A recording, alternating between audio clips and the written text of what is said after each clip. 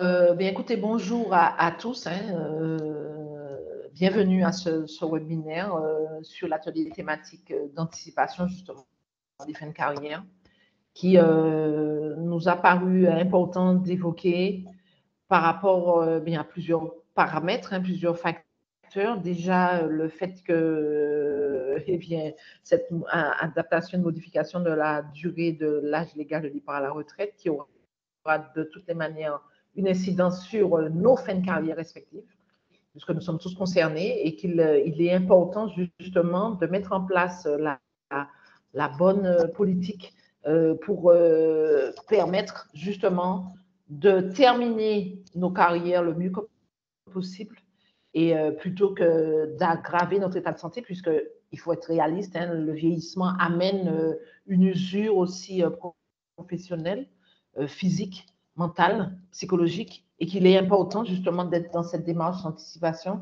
dans cette démarche de préparation, dans cette démarche de prévention et mieux connaître les différents acteurs, les outils, les ressources qui existent pour mettre en place cette politique, selon moi, fait partie d'un des axes importants en complémentarité d'une politique handicap, parce que le handicap, il survient à un moment donné où on ne peut plus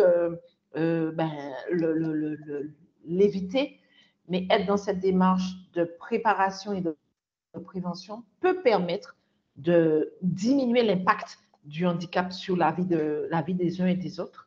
Et le FIPHFP s'inscrit dans cette démarche au travers de ses interventions, au travers de son offre d'intervention, au travers de tous les outils et toutes les ressources qu'il met à disposition, au travers des différents partenaires qui travaillent avec nous. Et donc, ce matin, vous aurez l'intervention de professionnels qui vont vraiment vous apporter ces éléments de réponse et vous permettre de mener après coup ou au cours de cette séance et ensuite, quand vous reviendrez dans votre environnement de travail, bien continuer cette réflexion et voir comment vos établissements respectifs pourraient améliorer, amender, faire progresser leur dynamique. Donc, bienvenue à ce webinaire et je ne serai pas plus longue puisque l'objectif, c'est d'aller dans l'opérationnalité. Donc, je laisse la parole à Handipact et puis à tous les intervenants qui vont venir enrichir nos échanges. Merci Nadine. Donc effectivement, aujourd'hui, nous avons le plaisir d'accueillir Marie-Claude Balmy qui a fait un gros travail de recensement pour vous présenter un certain nombre d'outils de manière à accompagner ces fins de carrière et on verra qu'effectivement, il faut travailler en anticipation pour pouvoir accompagner le plus sereinement possible les agents en fin de carrière qui rencontrent des problématiques de santé. Donc le programme, ça n'avance pas. Voilà. Donc il y aura une partie introductive par Madame Gaëlle Lacoma, donc de la DETS, hein, qui va venir présenter le plan santé le plan régional santé au travail et qui va effectivement transposer aussi sur les possibilités d'application pour le plan santé spécifique fonction publique. On voit qu'il y a des points communs importants, donc on peut s'inspirer.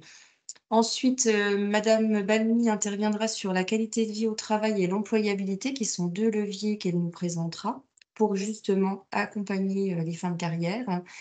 Et ensuite, donc une conclusion. Donc Madame Lacoma, je vous laisse enchaîner. Merci Céline. Merci Céline. Est-ce que vous m'entendez? Très bien, allez-y. Vous m'entendez? Ok, c'est parfait. Donc, je voulais en préambule déjà vous féliciter pour cette initiative.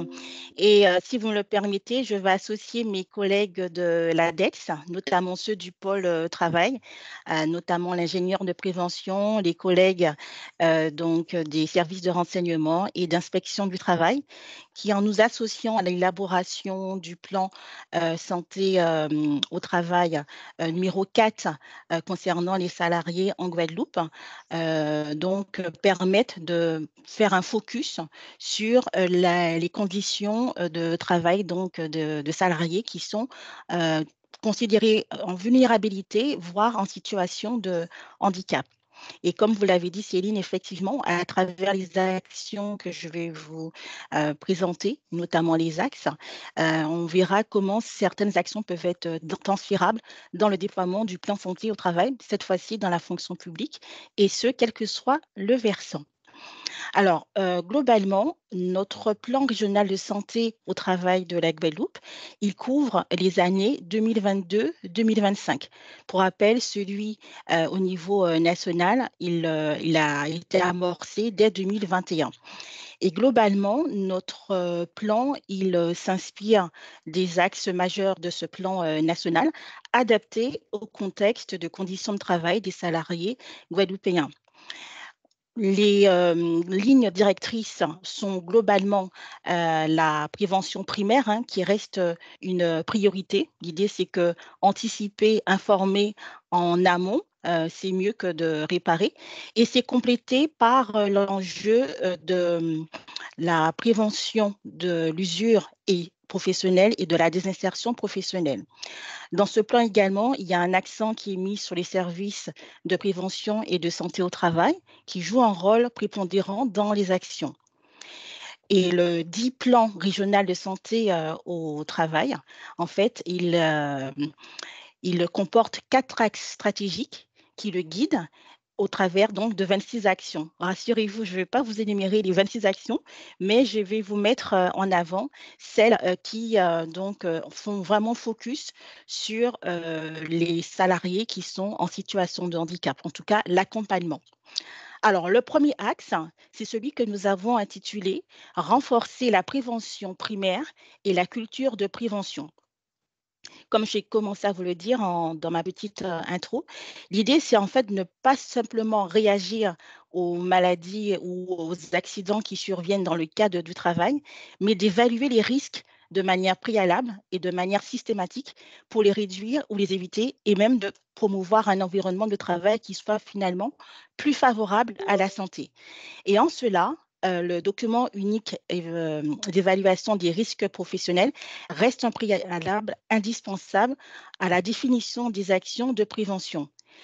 Quand on sait que dans un contexte guadeloupéen, vous avez 95% des entreprises qui sont de très petites entreprises qui ne disposent ni de fonctions support, ni de représentants du personnel, vous voyez que l'accent est vraiment mis pour pouvoir accompagner les 10 employeurs.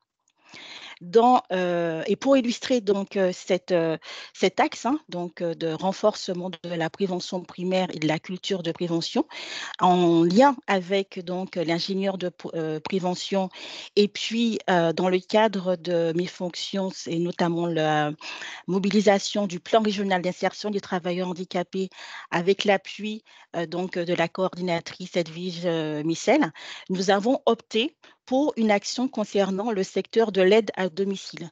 Comme vous le savez, c'est un secteur qui est générateur de risques, puisque vous avez beaucoup de personnes qui sont malheureusement peu qualifiées. Il y a une prépondérance de femmes, beaucoup de déplacements routiers.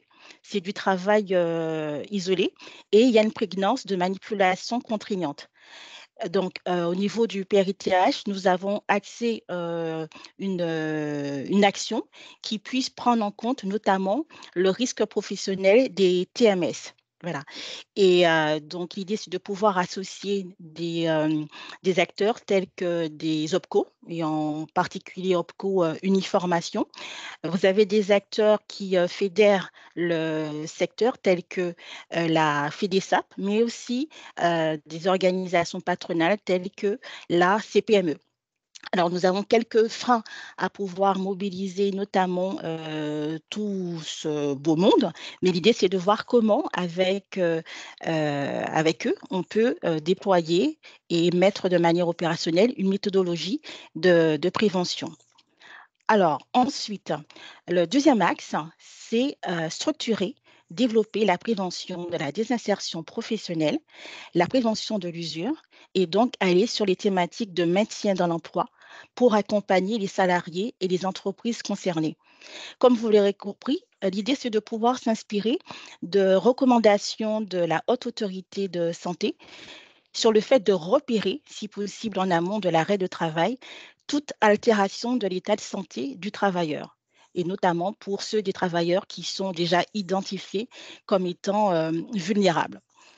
Et c'est dans cet esprit, donc là c'est encore une illustration concrète, que dans le cadre du plan régional d'insertion des travailleurs handicapés, en lien avec le plan régional de santé au travail, nous avons privilégié des matinées, des matinées de sensibilisation, d'information en entreprise autour du handicap, notamment du handicap invisible. En termes de méthodologie, nous passons assez, comment dire, en termes de stratégie, nous privilégions, nous amorçons nos interventions par le prisme des maladies chroniques évolutives qui sont assez prévalentes sur le territoire. Comme ça permet déjà d'accrocher l'intérêt de nos interlocuteurs. C'est ainsi qu'en janvier 2023, nous avons pu organiser une matinale de sensibilisation partenariale sur le maintien en emploi des exploitants agricoles autour du handicap. C'était le 18 janvier 2023 et ça nous a permis de réunir un certain nombre d'acteurs avec lesquels nous avons l'habitude de travailler, notamment un service de santé au travail, l'AGFIP. Nous avions également Pôle emploi, Cap emploi, et nous avions des témoignages entre pairs pour voir comment effectivement on pouvait déjà s'emparer de cette question qui reste encore taboue, et ce, à l'aune soit des pesticides ou des maladies chroniques évolutives. Nous pensons organiser le versant de cette matinale pour les salariés agricoles le 16 mars prochain. De même, nous avons organisé, et ce à la demande, donc vous voyez, ça commence quand même à imprimer chez certaines entreprises, à la demande d'entreprises, nous avons pu organiser aussi des matinales de sensibilisation dans des entreprises telles que la Seigneurie. Donc, c'était en octobre 2023, et ce, donc au bénéfice de leur personnel, ainsi que dans la société Rubis. Là, c'était entre novembre et décembre. Et je tiens à préciser que concernant la société Rubis, qui a notamment les stations-service Vito, elle a organisé, elle a déployé cette même action sur les 3 territoires, donc Guadeloupe, Martinique et la Guyane. Notre prochaine action sera, donc si c'est toujours maintenu, en principe, dans l'entreprise Toyota, ce à sa demande, et ça nous a été relayé, cette demande, notamment parce que nous travaillons de manière comment dire, partenariale par notre partenaire donc, qui est référent handicap à la DRAGES. Donc la DRAGES qui est la direction régionale, je crois, de la jeunesse et des sports.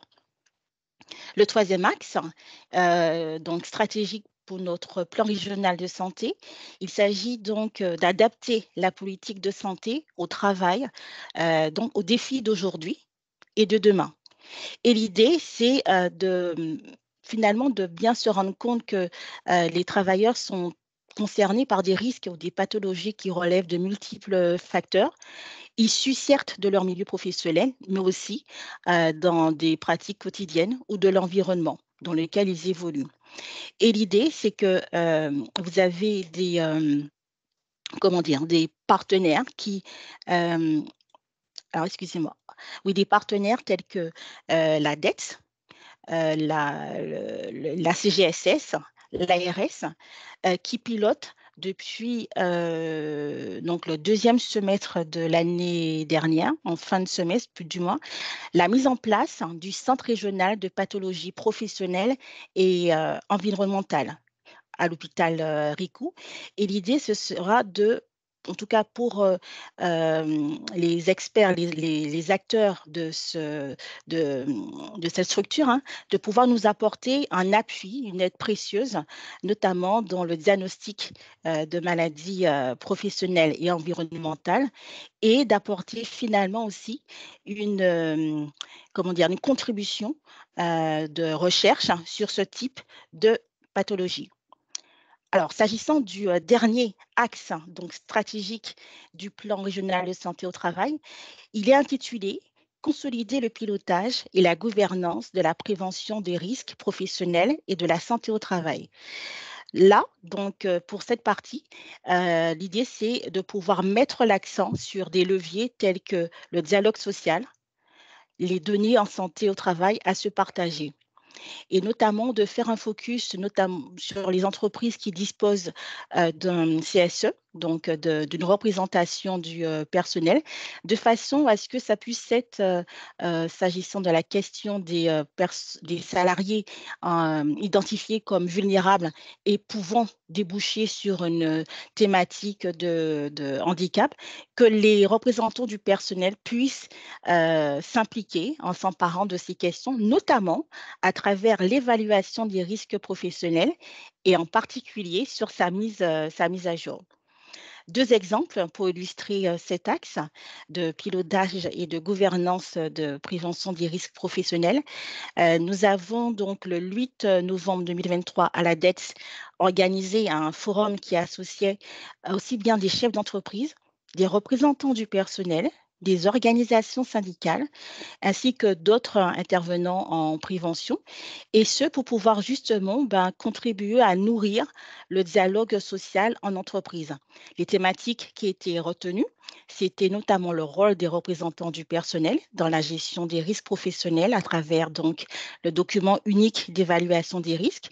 Un focus a été fait sur les risques les RPS, qui reste une thématique malheureusement assez courante, et les TMS. Et bien entendu, on a eu aussi un focus sur la qualité de vie au travail, au service donc du dialogue social, et vécu comme finalement un levier de performance pour l'ensemble des entreprises. La deuxième illustration, donc ce sera prochainement, notamment donc le 5 décembre 2024, à l'occasion donc d'un salon sur la sécurité et la santé au travail qui est porté par la DETS et notamment l'équipe de l'ingénieur prévention. Et l'idée, c'est de pouvoir, à travers ce salon qui va se dérouler le 5 et le 6 décembre, faire un focus avec un forum qui sera vraiment axé, spécialisé sur le forum, sur la désinsertion professionnelle et le maintien d'emploi. Et là, ça va réunir tout le parterre des acteurs qui œuvrent en matière de maintien en emploi, qu'il s'agisse des institutionnels que vous connaissez déjà. Donc, vous avez l'ARACT, vous avez Cap Emploi, vous avez la GFIP, mais aussi associatifs et notamment ceux qui portent les dispositifs tels que le dispositif emploi accompagné. Alors, avant de terminer, je voulais juste aussi associer à mon intervention, voilà, j'ai commencé à vous le dire dans l'introduction, des collègues qui notamment sont en service de renseignement et qui, lorsqu'ils ont des questions d'usagers lors de permanences qui portent sur ces questions d'inaptitude au travail, de santé au travail, de handicap, les renvoient vers moi. De même, mes collègues d'inspection du travail, lorsqu'ils ont à connaître ce type de situation lors de leur contrôle, l'idée, c'est de pouvoir aussi me les relayer de façon à ce que même si moi, je ne suis pas forcément celle qui va pouvoir accompagner, comment dire, les 10 salariés qu'ils ont repérés, mais il y aura un jeu d'orientation, de relais auprès donc des acteurs sachants. Et là, c'est une démarche collective qui a été mise en place depuis mars 2020, donc juste avant la Covid. Mais écoutez, je vous remercie pour votre attention et puis encore une fois, félicitations pour l'organisation de ce webinaire. Merci Madame Lacoma. On voit qu'effectivement, ça fait écho au plan santé travail dans la fonction publique, notamment sur tout ce qui est accompagner justement l'amélioration des conditions de travail et favoriser l'utilisation d'outils, que ce soit sur les situations individuelles, que ce soit sur les situations collectives, pour éviter la désinsertion dans chaque employeur, qu'il soit secteur privé, secteur public pour le coup. Donc Madame Balmy va présenter, on va dire, son intervention. Elle va être découpée en plusieurs étapes, de manière à ce qu'on puisse aussi créer des temps d'échange, de réflexion autour des sujets. Donc, Madame Balmy, par ici. Bonjour, bonsoir à tous et à toutes. Donc, Marie-Claude Balmy, chargée de mission à l'ARACT ITT Martinique. Donc, qu'est-ce que la RACT-ITT, hein? Je ne sais pas si tout le monde sait, c'est l'Agence pour l'amélioration des conditions de travail. Et notre rôle, justement, c'est d'accompagner les entreprises pour pouvoir mieux concilier la performance de l'organisation, qu'elle soit publique ou privée, et la qualité de vie et conditions de travail des salariés.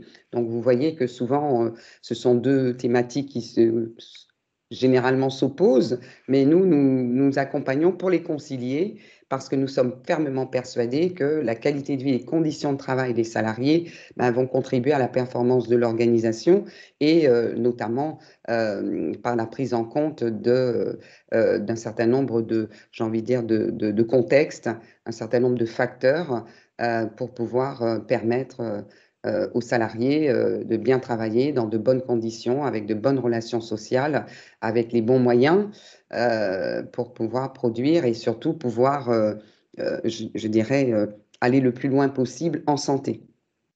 Ça, c'est crucial. On peut passer Et Madame Bagny, il me semblait que quand on avait préparé l'échange, la RACT peut également aussi intervenir en appui des employeurs publics.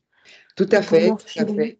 Il y a des conventions, effectivement, qui sont notamment une qui est signée avec le CNFPT dernièrement pour intervenir et accompagner les entreprises, et puis aussi avec le centre de gestion. Nous travaillons aussi en relation avec le centre de gestion sur des problématiques d'organisation du travail, de management et justement tout dernièrement avec la mise en œuvre du télétravail, le management hybride. Voilà.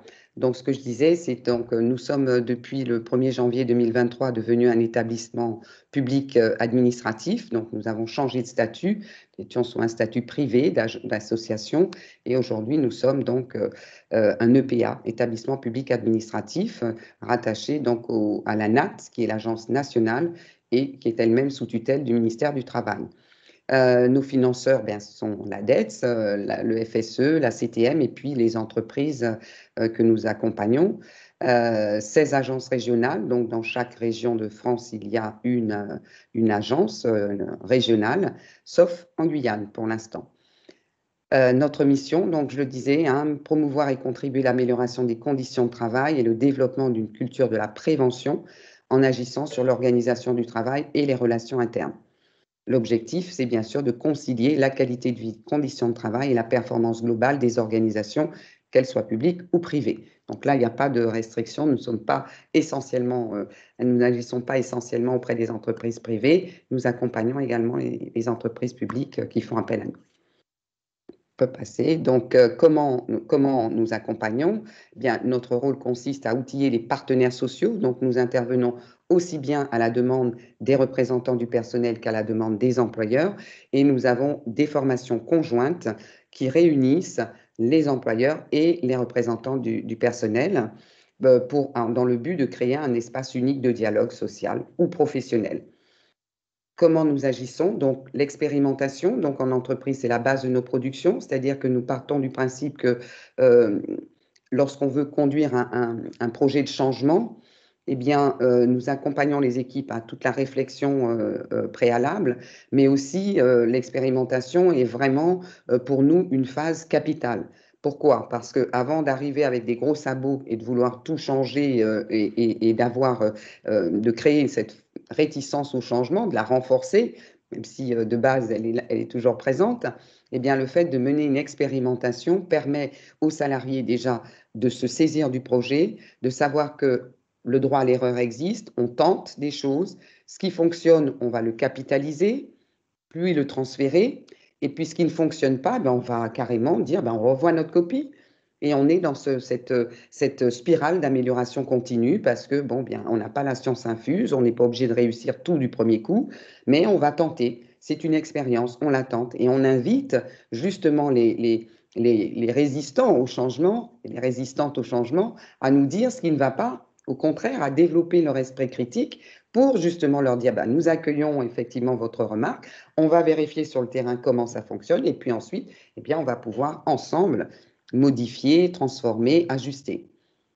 Voilà, alors nous avons aussi tout un travail de veille pour alimenter les expérimentations, c'est-à-dire qu'il est important pour nous aussi d'anticiper les évolutions, les transformations, pour être à même de pouvoir accompagner au mieux les structures, et puis aussi pour pouvoir modéliser auprès d'un plus grand nombre, parce que nous sommes 4 à la RAC Martinique, on ne peut pas intervenir, je dirais, partout en même temps. Donc l'intérêt pour nous, c'est effectivement, une fois qu'on a testé les outils, de pouvoir les modéliser pour les déployer auprès d'un plus grand nombre d'entreprises. Voilà, voilà. Alors, nos champs d'intervention, 4 champs d'intervention. Je reviens sur la prévention des risques, la promotion de la santé au travail. On retrouve effectivement tout ce qui va toucher aux troubles musculo-squelettiques, aux risques aux risques psychosociaux, voilà, et puis aussi les risques chimiques. Donc, l'intérêt pour nous d'accompagner les entreprises sur de la prévention, on va voir tout à l'heure les 3 types de prévention. La prévention primaire, c'est justement pour l'intégrer dans une insertion durable, que ce ne soit pas un coup d'épée dans l'eau, ah ben ça y est, on a mis ça en place et puis voilà, on a fini. Non, donc l'entreprise, elle évolue, elle se transforme, elle suit, j'ai envie de dire, le cours d'évolution des choses, et donc l'intérêt, c'est effectivement de se mettre dans ce principe d'amélioration continue. Et puis, nous agissons sur toutes les populations au travail, c'est-à-dire qu'on n'exclut personne. D'accord? Donc, il y a les seniors, oui, c'est vrai, il y a les juniors et il y a aussi les médians. Et donc, c'est bien de travailler sur tout ce qui concerne la prévention des risques pour les seniors, mais les médians, ils vont y arriver progressivement en tant que seniors, et puis les juniors, il faut leur donner envie de faire du bon travail dans de bonnes conditions. Le deuxième axe, c'est les relations collectives de travail, donc tout ce qui va toucher au dialogue social, la prévention des conflits, la négociation, la coopération. Donc, nous avons des actions conjointes, comme je disais, où nous réunissons sur un même module des chefs d'entreprise et des représentants du personnel pour les amener à discuter sur le travail, sur l'organisation du travail, sur les conditions de travail, mais aussi sur la performance de l'organisation, parce que l'un ne va pas sans l'autre. Voilà. Alors, je précise quand même qu'en ce qui concerne les conflits, nous sommes en amont des conflits, nous pouvons intervenir en amont du conflit ou en aval. Cependant, une fois que le conflit est avéré, qu'il est déclaré, là, nous passons la main à l'association des médiateurs conciliateurs qui ont été formés par la DETS, il me semble, sur justement des techniques et outils pour pouvoir intervenir lorsque le conflit est déclaré. Troisième axe, l'organisation et le management du travail, donc tout ce qui va toucher à la conception d'espaces de discussion, de faire aussi l'entreprise apprenante, donc avec tout ce qui va toucher avec le faire école, prendre le train en marche aussi, comment le numérique a pu transformer tant le management que les conditions et l'organisation du travail, et puis la FEST, donc des formations en situation de travail. Le dernier point, c'est la qualité de vie et l'innovation sociale. Donc, c'est moi qui suis en charge de cette belle thématique. Performance globale, nouvelle organisation de travail, on en parle, on le voit aujourd'hui. Le RSE, la responsabilité sociétale des entreprises, qui est aussi j'ai envie de dire, un facteur d'attractivité, de fidélisation. Et puis, on peut mettre aussi en place avec les entreprises et les associations et les entreprises, qu'elles soient publiques ou privées, les baromètres qui leur permettent de mesurer régulièrement la qualité de vie et les conditions de travail des salariés. On passe à la diapo suivante. Alors, pourquoi accompagner les fins de carrière? Alors, je crois qu'on a un contexte démographique, en tout cas en Martinique, comme dans d'autres départements et d'autres régions, qui montre qu'on assiste à un vieillissement de la population, de salariés, mais aussi d'une manière générale. Et on voit que l'âge moyen de la fonction publique d'État, c'est 44 ans, fonction publique hospitalière, 42, et fonction publique territoriale, 46. Donc, dans le secteur privé, on a 41 ans. Donc, vraiment, c'est plus que crucial pour nous de nous interroger sur cette pyramide des âges et de voir comment on va préparer les départs de ceux qui vont devoir partir, mais préparer la relève aussi de ceux qui vont prendre la suite. Donc, ça, c'est quand même important de voir que cette population vieillissante va d'autant plus amener aussi cette question de l'anticipation des risques professionnels et des fins de carrière. Premier Et point. il est vrai que ça a fortement évolué et on voit notamment dans la pyramide des âges que la fonction publique d'État et territoriale a deux vagues successives. Donc, il y a des gros pics sur les 45-50 ans et 60. Donc, c'est vrai que ça, de manière successive, ça va impacter l'ensemble des employeurs publics. Alors, on a effectivement fait le choix de présenter des données générales parce qu'on n'avait pas les données sur les 3 territoires. Mais on va œuvrer pour essayer d'aller plus rechercher les données territoriales. Et la fonction publique territoriale est la plus impactée au niveau du vieillissement de la population, et on va le voir tout à l'heure. Donc, bien, la fonction publique hospitalière, quand on voit la courbe en orange, elle est beaucoup plus équilibrée en termes de répartition d'effectifs sur les différentes tranches d'âge. Donc, ils vont avoir à gérer un certain nombre de problématiques, mais qui vont être un peu différentes malgré tout. Donc, je vous laisse commenter. Continuer. Oui. Sur les plus de 50 ans, parce qu'on a effectivement choisi de faire un zoom sur les plus de 50 ans. Pourquoi? Parce que les maladies chroniques aussi, à un moment donné, apparaissent en cours de vie et avec l'âge. On s'aperçoit sur les différentes études qu'une personne sur deux, à partir de 50 ans, éprouve ou en tout cas évoque une problématique de troubles de santé invalidants. Donc, ce n'est pas du tout négligeable. On a un tiers des agents des 3 versants de la fonction publique qui ont plus de 50 ans. Et on voit la répartition qui, effectivement, ça se retrouve par rapport à la pyramide des âges, où la fonction publique territoriale va être le plus impactée. Et il y a encore une information qui va être importante à avoir en tête, c'est qu'un fonctionnaire de catégorie C sur 2 a plus de 50 ans, quel que soit le versant de la fonction publique. Donc, du coup, c'est quand même une population qui est en risque sur des métiers à usure professionnelle, et on va le voir.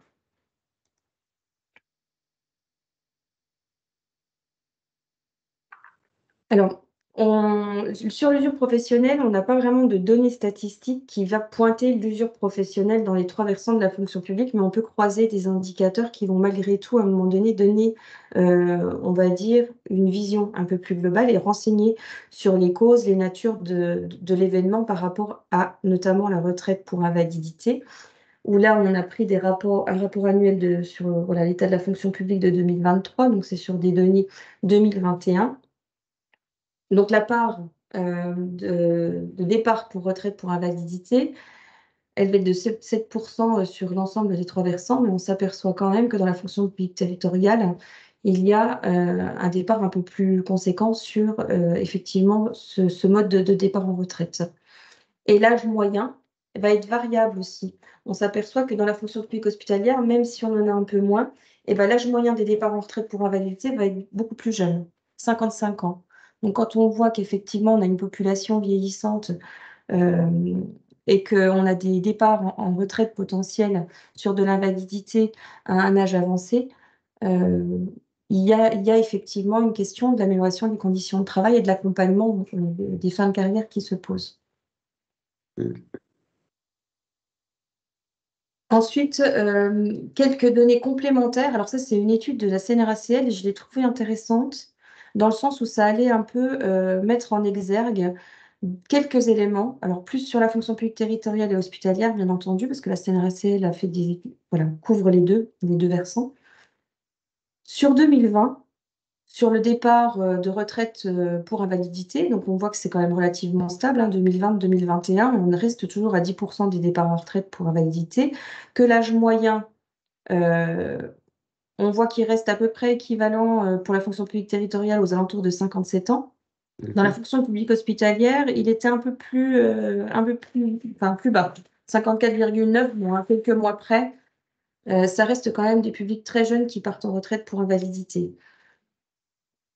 C'est un départ en termes d'âge de 5 ans. On anticipe un départ en fait sur 5 ans. Il manque 5 années de carrière pour ces personnes-là.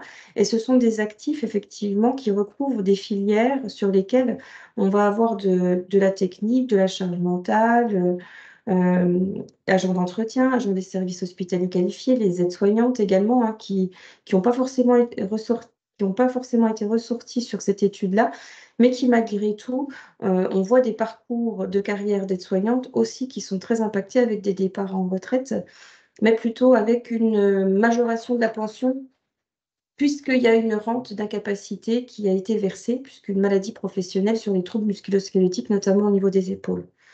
Parmi les fonctionnaires territoriaux, on voit les agents sociaux qui arrivent, on va dire, un peu en tête des départs en retraite pour invalidité, et les agents techniques qui sont le plus à risque.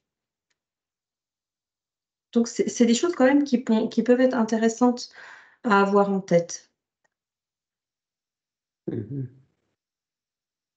Et la répartition par catégorie, on retrouve également cette catégorie C avec un taux de sinistralité qui va être doublé, voire triplé pour les catégories C.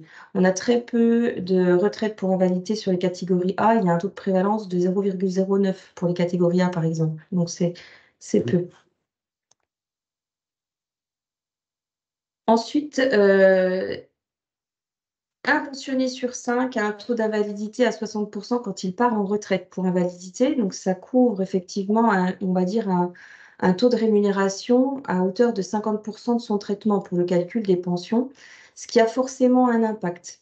Et le coût moyen d'une pension mensuelle pour des personnes qui partent en retraite pour invalidité sur 2020, donc sur les tranches d'âge qu'on a évoquées, est de 1 052 € par mois. Donc, ça a un impact aussi pour la suite de la personne en termes de moyens. Voilà, on se désinsère professionnellement, effectivement, on est obligé de partir en invalidité, mais on n'a pas forcément un revenu qui va correspondre effectivement aux besoins aussi pour la suite. Et c'est les trimestres qui manquent, en fait. Il y a 25 trimestres qui sont en moyenne manquants pour pouvoir atteindre un taux de pension d'invalidité qui reviendrait, on va dire, à une retraite normale, entre guillemets, si je peux dire ça comme ça. Et il n'y a que 15% des nouveaux pensionnés qui sont partis en retraite pour invalidité qui bénéficient d'une rente d'invalidité, donc qui a fait reconnaître à un moment donné une maladie professionnelle ou, suite à un accident du travail, une incapacité permanente. Ce qui vient majorer un peu après la pension, et ça majore d'environ 350 € par mois pour ces publics-là. Donc effectivement, quand on croise les données du vieillissement de la population d'agents, qu'on voit l'impact aussi sur les catégories C, qu'on voit les secteurs d'activité qui sont impactés, qu'il y a un risque de maladie aussi chronique, d'accident de vie, qui à un moment donné vont venir surenchérir cela. Le site de l'ANACT avait présenté des données d'une étude de 2019 et qui mettait en avant qu'un agent ou un salarié, enfin une personne sur 4, en termes de population active, serait touché en 2025 par une maladie chronique. Donc, si on croise tous ces indicateurs-là, effectivement, il y a urgence à se pencher sur la question et à accompagner les personnes. Donc, en 2019, la dernière étude qui était sortie sur les maladies chroniques montre qu'il y a 36% de la population qui sont touchées par une maladie chronique. Donc, on associe les personnes qui ont une ALD plus les autres qui ne sont pas forcément dans le circuit de l'ALD, mais qui, malgré tout, ont un trouble de santé invalidant et qui vont venir impacter le quotidien de la personne.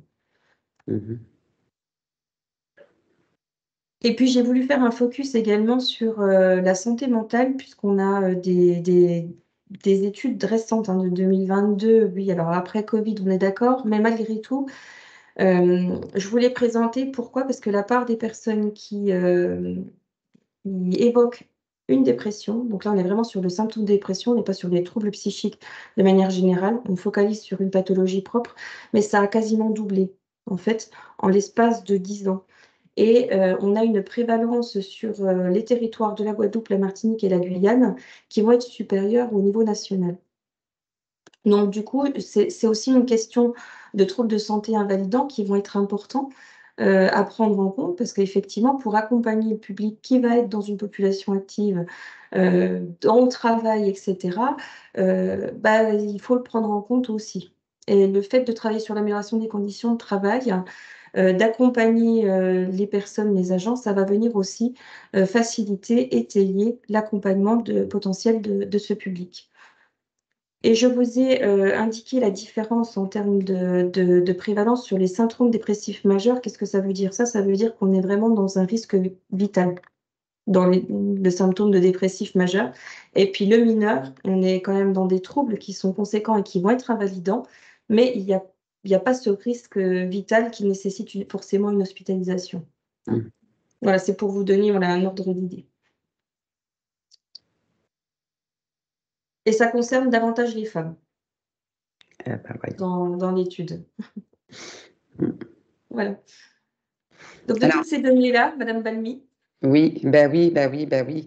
Hein, la réalité de l'exposition au risque physique et psychologique dans le travail, ben, elle est aujourd'hui reconnue par les pouvoirs publics. Hein.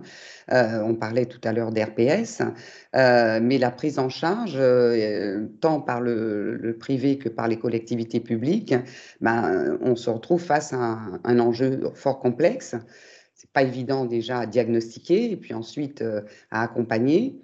Nombre de situations d'inaptitude réellement tributaires de phénomènes d'usure professionnelle ou de troubles liés aux fonctions échappent au dispositif d'accompagnement professionnel et souvent débouchent sur une évolution, ne débouchent pas sur une évolution de carrière, mais au contraire, soit les agents se voient leur affectation maintenue sans qu'ils puissent assurer leurs fonctions de façon satisfaisante dans un contexte plus ou moins assumé par l'autorité. Alors j'ai envie de dire aussi bien de façon satisfaisante, voire aussi en tout cas un aménagement, et d'autres se voient évincés du monde du travail, licenciement pour inaptitude ou invalidité. Hein. Donc ça vient effectivement corroborer ce que vous disiez tout à l'heure, c'est qu'on retrouve vraiment, il n'y a pas de solution pour l'instant, ou alors les solutions, justement, il faut pouvoir les anticiper pour éviter de se retrouver, de faire en sorte que les agents se retrouvent dans une situation de... Parce que justement, les agents qui se voient maintenus dans leur affectation alors qu'ils n'arrivent pas eux-mêmes à atteindre les objectifs ou faire son travail correctement, ça va agir sur sa santé mentale. Et donc, il va venir effectivement pour inaptitude ou invalidité parce que, voilà. Donc, c'est vrai que les pratiques actuelles peu satisfaisantes, ça ne veut pas dire, on va pas forcément généraliser. On va vraiment dire qu'il y a peut-être des exemples, je dirais, isolés, hein, de cas qui ont pu réussir. On l'a vu dernièrement avec le handicap, notamment le diabète, hein, des entreprises qui ont fait des choses vraiment extraordinaires, mais ça reste vraiment des cas isolés et ce serait bien justement qu'on puisse, en tout cas, permettre aux salariés de pouvoir terminer sa carrière avec brio et non pas en partant avec, je dirais, une rupture ou une invalidité. Alors, comment est-ce qu'on peut faire? Il y a des exemples d'indicateurs. L'intérêt, c'est que ces indicateurs, ils existent, on les a. Ces chiffres, l'absentéisme, ne serait-ce que le nombre d'absences pour raison de santé, le nombre de journées d'absence en lien avec les accidents de travail et les maladies professionnelles, ces informations existent, mais il faut pouvoir les analyser, voir quel effet ils ont sur la santé, le nombre de personnes qui déclarent des douleurs pendant la journée, la localisation des douleurs, le nombre de maladies professionnelles déclarées ou reconnues. Donc ça aussi, ce sont des éléments dont dispose l'entreprise, hein, mais qui ne sont pas toujours analyser le turnover, hein, nombre de sorties par service sur les 3 dernières années, par exemple. À partir de ces données, il est nécessaire d'affiner l'analyse en caractérisant pourquoi, les motifs, l'âge, l'ancienneté au moment de la sortie. On a aussi des démissions en nombre de salariés de 45 ans après 10 ans d'ancienneté, concentrés dans un service, sont peut-être le reflet d'un processus de désinsertion potentiellement, en lien avec l'usure professionnelle. De même, on peut avoir aussi un nombre croissant de licenciements pour inaptitude et on doit s'interroger sur le processus d'usure qui s'installe. Donc, ce sont des exemples d'indicateurs qu'on peut croiser. En croisant les données, on peut arriver à anticiper ces risques. Le ressenti aussi, le vécu, très peu d'espace pour questionner le ressenti, la progression de l'expression des plaintes des salariés, douleur, tension au sein d'une même équipe ou entre équipes, ou à l'inverse, l'expression d'une satisfaction nouvelle peut être un indicateur intéressant sur les changements organisationnels qui peuvent revendiquer une évolution positive ou négative des facteurs de pénibilité. Donc là aussi, questionner le ressenti, le vécu, des salariés est important pour voir s'ils sont satisfaits. On a fait une modification, un changement. Quel effet ça a produit tant sur leur santé, mais aussi sur leur ressenti. Et puis, la performance de l'entreprise. Là, on a aussi des indicateurs, hein, les retards, les rebuts, les réclamations, clients, usagers, bénéficiaires, la productivité aussi. Donc, on voit que ce sont des indicateurs qui peuvent interroger le chef de service, en tout cas, sur les problématiques et qui peuvent lui permettre d'anticiper justement les problématiques de santé des salariés. Donc après ces indicateurs, on va voir quels sont les enjeux pour les employeurs publics, de pouvoir prévenir les inaptitudes et le maintien dans l'emploi. Mais il y a un enjeu réglementaire. Tout employeur doit légalement préserver l'intégrité physique, psychique des agents exerçant dans sa structure, valable tant pour le privé que pour le public. Un enjeu financier, anticiper et traiter les situations à risque, qui permet de limiter les coûts directs et indirects liés aux absences pour des raisons de santé. On sait combien coûte un arrêt de travail et le coût du remplacement. Donc, c'est important de pouvoir effectivement limiter ces coûts financiers. Un enjeu organisationnel, tout traitement de situation individuelle ou collective de maintien ou de prévention va conduire à une réflexion d'ensemble sur l'organisation, sur les pratiques de cette organisation et va permettre de faire évoluer positivement les compétences et méthodes du collectif de travail. Puisque lorsque vous avez dans une équipe une personne en situation de handicap, si vous traitez individuellement le handicap, souvent ce qui se passe, c'est qu'on réduit ou on note certaines activités, on va ôter certaines activités du salarié en situation de handicap que l'on va rapatrier sur le reste de l'équipe. D'accord? Donc l'intérêt, effectivement, c'est d'associer le collectif. Au lieu d'imposer au collectif, lui, puisqu'il ne peut pas faire ça, toi, tu vas le faire, et puis toi, tu vas faire ça, et puis toi, tu vas faire ça. L'intérêt, non, c'est d'associer le collectif à la réflexion, comment on va organiser le travail, sachant que la personne, on parle bien de situation de handicap, donc elle est en situation de handicap sur une activité, mais pas sur toute son activité. Donc peut-être qu'on va déplacer, effectivement, dire, puisque là, ça, c'était possible pour toi, eh bien, on va, comme on dit chez nous, on va bocanter, on va faire du bocantage. Eh bien, moi, je vais faire ça et je vais faire ça, et l'autre salarié va faire ça et ça. Et on se rend compte que finalement, le fait d'avoir associé le collectif à une nouvelle organisation et d'avoir impliqué le collectif, les choses se passent mieux, sont parfois mieux acceptées. L'enjeu managérial, un projet de prévention de maintien dans l'emploi d'un agent permet d'impliquer, de fédérer une ou plusieurs équipes autour de l'intéressé, de travailler de manière pluridisciplinaire et transverse au sein de l'organisation. On va en même temps valoriser les différents intervenants et on va sensibiliser le personnel aux problématiques de santé, comme on peut le sensibiliser aux problématiques du handicap. Parce que bien souvent, ce qui se passe, c'est que, d'ailleurs, on le voit, aujourd'hui, comment est considéré le handicap d'une manière générale dans la société. C'est un sujet tabou ou alors de déni. On n'ose pas dire qu'on ne peut plus faire parce que, oui, on a peur des conséquences, on a peur de perdre son travail, on a peur de se voir stigmatisé par l'équipe. Donc, ça aussi, c'est important de pouvoir anticiper les fins de carrière pour permettre aux salariés de pouvoir aller le plus longtemps possible en bonne santé. Alors, comment accompagner les fins de carrière? À la NAT, la NATARAT, bien sûr, on accompagne les entreprises pour développer en tout cas une culture de prévention en passant d'une prévention secondaire, tertiaire à une prévention primaire.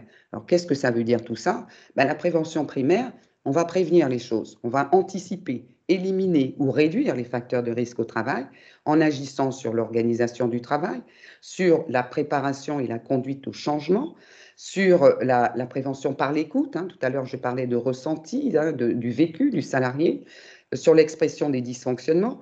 Pourquoi est-ce qu'on laisse au salarié le soin de gérer lui-même un dysfonctionnement? Et en plus, on va venir stigmatiser, pointer du doigt qu'il a failli, qu'il ne l'a pas bien fait.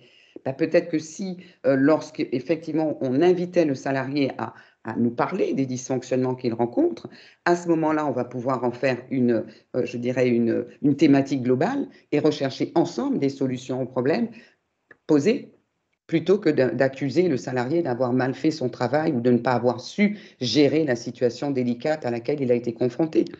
D'accord? On sensibilise les managers et puis on peut aussi avoir des observatoires, comme je disais, avec tout à l'heure des indicateurs qui nous permettent de mesurer, de déceler, d'anticiper les risques professionnels. Donc, on est sur un enjeu de veille et d'alerte. Et puis, la prévention secondaire, bien là, on va essayer de réduire ou corriger. On va agir pour diminuer les conséquences du travail sur la santé. On va outiller les individus individuellement ou collectivement pour y faire face. Alors, on a des stages, s'agissant des RPS, gestion du stress.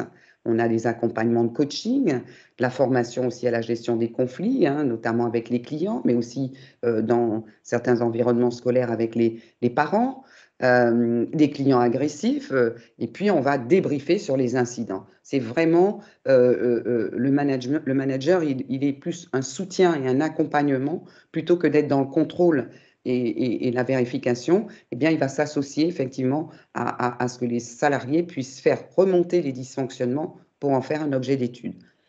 Puis la prévention tertiaire, ben là, on appelle les pompiers pour éteindre le feu.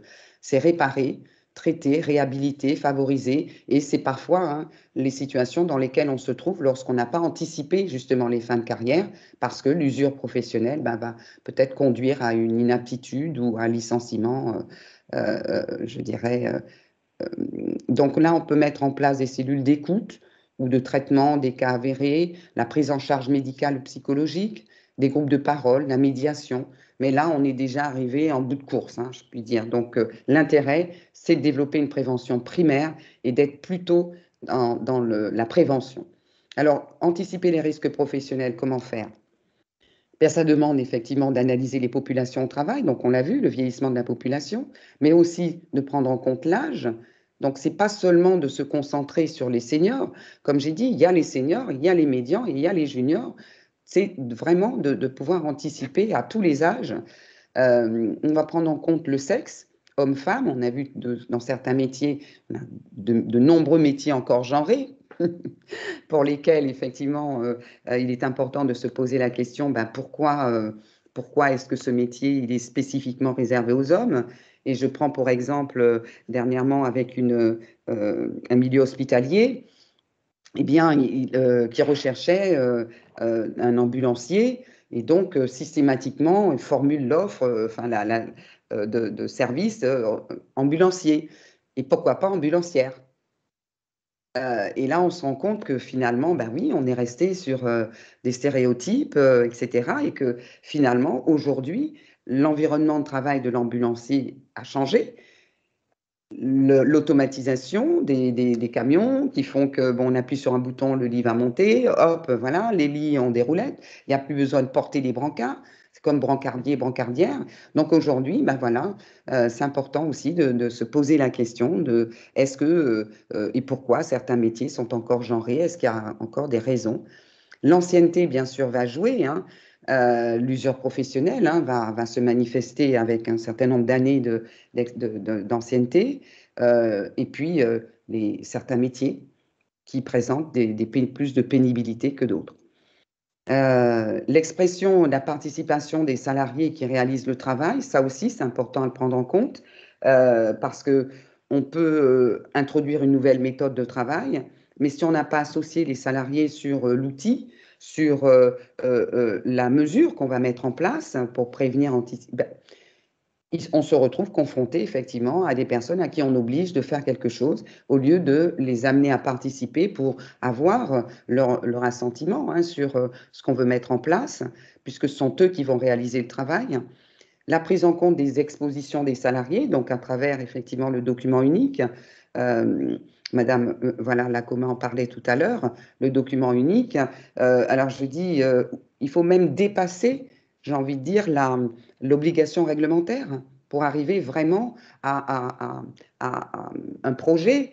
Le document unique, une fois qu'il est fait, il est dans un tiroir. L'employeur me dit, moi, le document unique, il est là, il est fait, regardez, il est actualisé, on a mis les RPS, voilà, on a même rajouté télétravail. Bon, ok, mais est-ce que les salariés connaissent les actions qui sont mises en œuvre et qui sont préconisées dans le document unique pour prévenir leur santé? Eh bien, j'ai fait le test d'aller interroger les salariés. D'abord, le document unique, je ne sais pas ce que c'est. Ah bon, d'accord. donc, s'ils ne connaissent pas, ils savent encore bien moins les mesures qui sont proposées pour prévenir leur santé au travail. Et donc, les IRP connaissent, oui, le document unique. D'accord? Et l'encadrement, il sait que ça existe, mais il ne va pas vérifier que les salariés appliquent les préconisations pour leur permettre de pouvoir travailler plus longtemps. Donc ça, c'est une chose. Mais le pire, c'est que des salariés me disent, oui, Madame Balmy, notamment dans l'hôtellerie, oui, Madame Balmy, j'ai eu ma formation PRAP. OK, très bien. Mais je ne peux pas l'appliquer parce que sinon, je ne finirai pas le nombre de chambres que j'ai à faire dans le temps imparti. Ah, donc ça soulève un problème d'organisation. Eh bien, il faut remonter ça au manager pour qu'on puisse vraiment rechercher des solutions aux situations qui sont proposées. Donc, vous voyez que c'est important de prendre en compte l'exposition des salariés, le document unique.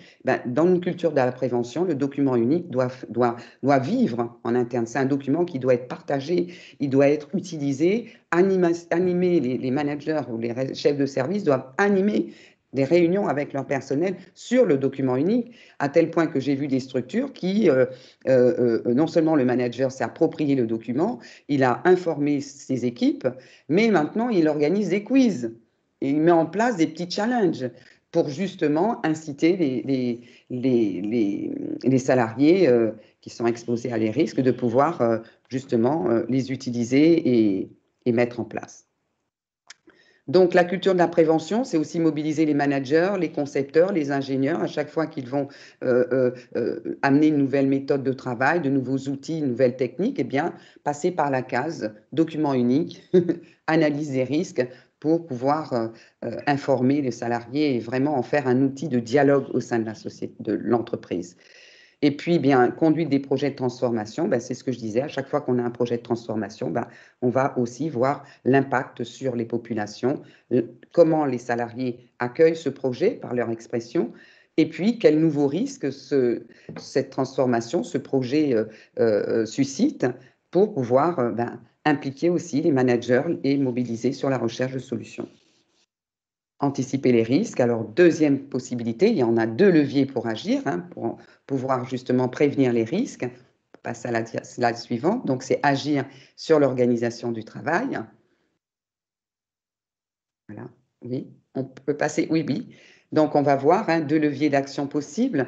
On peut agir sur les situations de travail et sur l'organisation du travail, en supprimant, en réduisant les contraintes de travail, en aménageant l'organisation du travail. On peut aussi agir sur le levier compétences tout au long de la vie professionnelle, en structurant les parcours professionnels. Structurer les parcours permet effectivement, depuis le recrutement, de fidéliser aussi les salariés qui sont déjà là, mais aussi de rendre attractifs les secteurs, en définissant aussi une politique RH qui permet de favoriser le développement et de valoriser les compétences. Donc, je reviens aussi, faire vivre le document unique, outil de partage et de dialogue au sein des équipes. Intégrer des questions. Alors là aussi, on a vu, je mets des exemples, des entreprises qui ont intégré dans leur entretien professionnel une rubrique santé et sécurité au travail. Alors, il ne s'agit pas de questionner le salarié sur ces problématiques de santé personnelle, mais au contraire, de l'interroger sur est-ce qu'il connaît le document unique? Est-ce qu'il connaît les risques qui sont inhérents à son poste de travail? Et est-ce qu'il les applique? Donc, vous voyez, s'il ne connaît pas le document unique, ça veut donc dire qu'il faudra agir pour partager ce document. S'il ne connaît pas les risques inhérents à son métier ou à son poste de travail, il va falloir effectivement lui faire découvrir, le renseigner, l'informer, le sensibiliser. Et s'il n'applique pas, eh bien là, ça pose un problème. On va regarder l'organisation, analyser la situation de travail pour voir pourquoi il n'applique pas. Et donc, ça permet toujours de chercher et de trouver des solutions. Et puis, bien sûr, on peut animer des séquences santé, sécurité au travail à partir de quiz, de débats mouvants. Enfin, voilà, c'est aussi pour le chef de service un outil pour pouvoir prévenir et anticiper les risques professionnels. On passe à la slide suivante. Merci. Donc, ce qu'on peut retenir, c'est qu'en matière d'inaptitude et de maintien dans l'emploi, j'ai envie de dire que l'employeur comme le salarié sont concernés. Bien sûr, l'employeur, c'est l'ensemble des acteurs pluridisciplinaires qu'il va réunir autour, que ce soit le service de prévention de santé au travail, que ce soit aussi, on va parler aussi comment dire, de Cap Emploi pour les parcours de la personne en situation de handicap. Mais ce qui est important, c'est que l'agent lui-même doit être moteur de son propre parcours, comme il doit être moteur de sa santé au travail, en appliquant les mesures de prévention qui sont préconisées dans le document unique. Et aussi en utilisant son compte personnel de formation, en utilisant tous les outils qui sont mis en place pour lui permettre d'être moteur de son parcours professionnel. C'est qu'à ce prix que des solutions peuvent émerger, que les deux concourent vers un même objectif, la performance de l'organisation au niveau de la structure, mais aussi la performance et la compétence des salariés qui œuvrent dans ces différentes structures. On ne peut pas tout mettre sur le dos de l'employeur. Le salarié aussi, l'agent aussi, doit se saisir des outils qui sont mis à disposition pour lui permettre de préserver sa santé et de développer son parcours professionnel. On peut passer à la slide suivante. Merci. Alors, comment accompagner les fins de carrière? Bien, c'est vrai c'est important, c'est développer l'employabilité. Alors, qu'est-ce que c'est que l'employabilité? On peut s'interroger sur qu'est-ce que l'employabilité? C'est le moyen de renforcer la motivation et l'engagement dans la réussite de la structure, parce que ça va permettre de valoriser les talents et en même temps de les reconnaître et pour permettre effectivement que le salarié soit lui-même acteur de son développement. L'employabilité, c'est aussi de maintenir en emploi, c'est de développer, de mettre en place tous les dispositifs qui vont permettre de développer les compétences du salarié dans son emploi actuel, mais aussi, pourquoi pas, s'il souhaite occuper un autre poste, de pouvoir l'accompagner pour le maintenir en emploi le plus longtemps possible, puisque c'est bien ça, l'employabilité, c'est ce maintien dans l'emploi, maintenir dans l'emploi le salarié le plus longtemps possible. Alors, en emploi ou dans l'emploi, on voit la nuance. Dans l'emploi, c'est dans son emploi actuel, et en emploi, ça peut être effectivement dans le cadre d'une mobilité interne ou dans le cadre d'une reconversion. Alors, comment est-ce qu'on peut faire? La première étape, j'ai envie de dire, c'est de s'interroger sur le projet de la structure, le projet de développement de la structure, c'est-à-dire qu'on va mettre en place une GPEC, voire maintenant aujourd'hui on parle de GEPP, la gestion de l'emploi et des parcours professionnels. Et cela permet déjà à l'entreprise de se poser, de savoir comment va évoluer la structure, quels sont les grands axes de développement, et à partir de là, pouvoir s'interroger sur les effectifs et sur les compétences nécessaires, les compétences actuelles et les compétences nécessaires pour pouvoir mener à bien le projet. Donc, c'est important d'avoir un projet de service. On n'est pas obligé Il y a le projet méta de la structure, de la fonction publique, qu'elle soit territoriale, d'État ou hospitalière. Quel est le projet de la structure? Et puis ensuite, se poser la question, quel impact ce projet aura sur mon service? Quelles sont les compétences que j'ai aujourd'hui dont j'aurai besoin demain ou que je dois renforcer, que je dois développer? Quelles sont les compétences nouvelles que je dois faire acquérir, d'accord? Soit par le recrutement, soit par la promotion interne, pour pouvoir effectivement mener à bien mon projet. Donc, c'est vraiment cela. Et donc, on s'interroge sur les effectifs, sur les compétences et sur les emplois et aussi sur les carrières des salariés. Donc, c'est avec cette GPEC qu'on va pouvoir dire aux salariés, voilà ce vers quoi l'organisation tend, voilà ce qu'on va mettre qu'on va développer, voilà les métiers qui sont en tension, qui ont tendance à disparaître, et puis voilà ceux qui, au contraire, vont se développer, et puis voilà les nouveaux métiers pour lesquels on aura besoin de main-d'œuvre dans les 2-3 ans à venir. Et donc, ça peut permettre aussi aux salariés de dire, moi, ça m'intéresse, ce nouveau métier-là, et donc d'avoir le temps, de prendre le temps nécessaire pour accompagner les salariés qui ont envie d'évoluer vers les nouveaux métiers qui vont bientôt apparaître au sein de la structure. Et puis, permettre aussi que les métiers qui sont en tension, hein, pour lesquels ceux-là, il va falloir trouver de nouvelles voies, eh bien, d'accompagner les salariés. C'est le parcours professionnel du salarié qui va nous intéresser. Et parfois, on n'est pas que sur de l'individuel, on est sur du collectif, parce que parfois, ça touche, je dirais, une catégorie de personnel. Et donc, c'est important aussi de pouvoir s'interroger en amont sur cela et de voir l'impact qu'un projet d'une organisation peut avoir sur les services et sur les compétences et les effectifs. D'ailleurs, on a un retour là des participants où effectivement 71% qui ont voté sur le fait qu'ils avaient une visibilité justement des compétences et des ressources dans ce champ. Ça peut être intéressant à partager. Très bien, donc c'est important. Maintenant, il faut préparer les parcours. C'est bien d'avoir la visibilité du progrès. Voilà. Alors, les principaux objectifs de la GPEC ou de la GEPP, c'est bien sûr réduire les difficultés de recrutement. Or, on a des secteurs où, effectivement, les difficultés de recrutement sont manifestes. Faire face à un problème des pyramides des âges. On l'a vu, la pyramide des âges vieillissante. Résoudre une situation de sureffectif dans un secteur et sous-effectif dans l'autre. Optimiser les dispositifs de formation. Les plans de formation, mais aussi tout ce qui va toucher aussi aux accompagnements des personnes, développer la qualification des salariés. Hein, je crois quand on avait, je ne sais plus, un pourcentage d'agents de catégorie C qui était, je crois, plus de 50% d'agents de catégorie C avaient un diplôme inférieur au bac. Donc, quand même.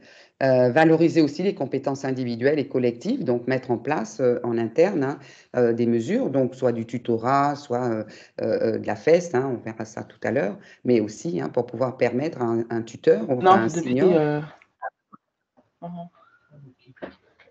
Permettre à un. Oui.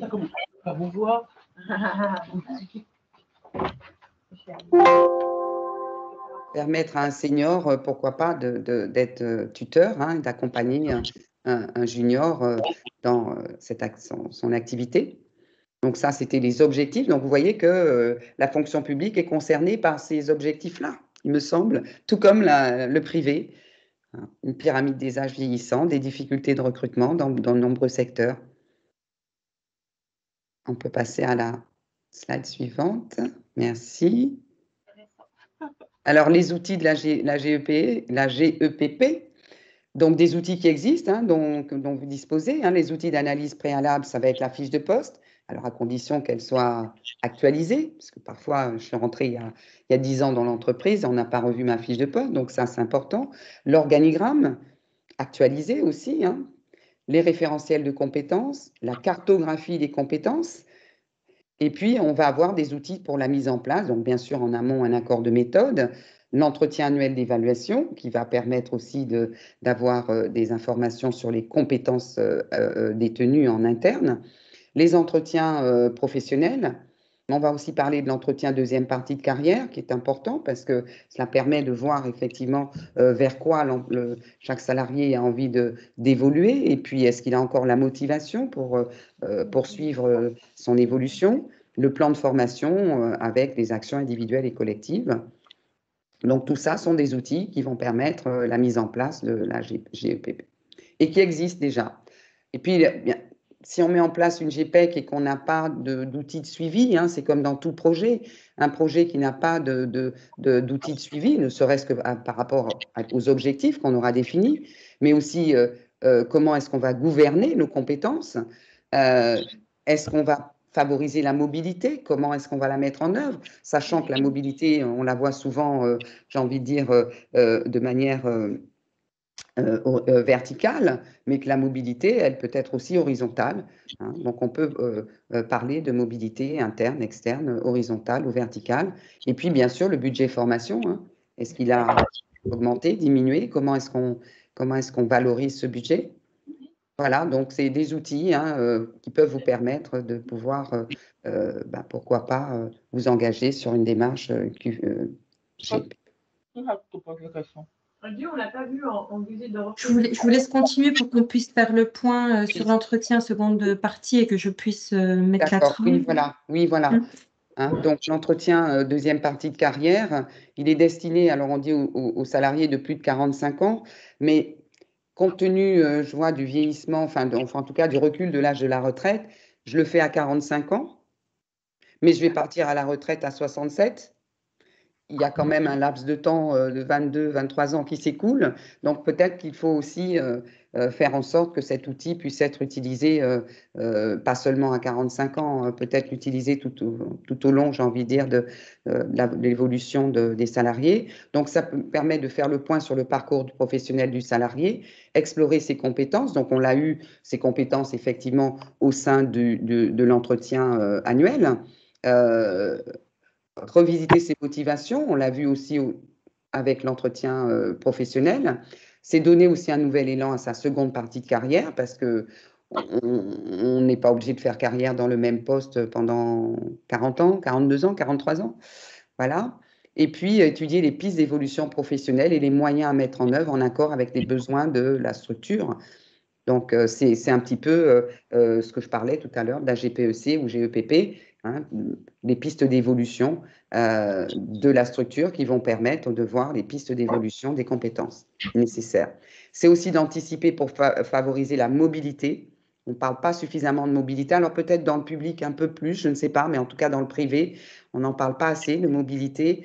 On la voit surtout, j'ai envie de dire, effectivement, verticale. Hein. On veut évoluer au poste 2, mais quand vous avez un responsable qui est plus jeune que vous et que vous êtes sur la ligne hiérarchique en dessous, bien, les possibilités d'évoluer, c'est soit de virer votre responsable pour prendre sa place, or c'est pas toujours très bien vu, très bien perçu. Donc, c'est de se dire vers quoi est-ce que je peux tendre? Est-ce que j'ai envie d'accéder à ce poste-là ou est-ce que je peux accéder, en tout cas, à d'autres activités qui vont me permettre de diversifier mes compétences, hein, et d'avoir plusieurs cordes à mon arc, avoir des questions à se poser.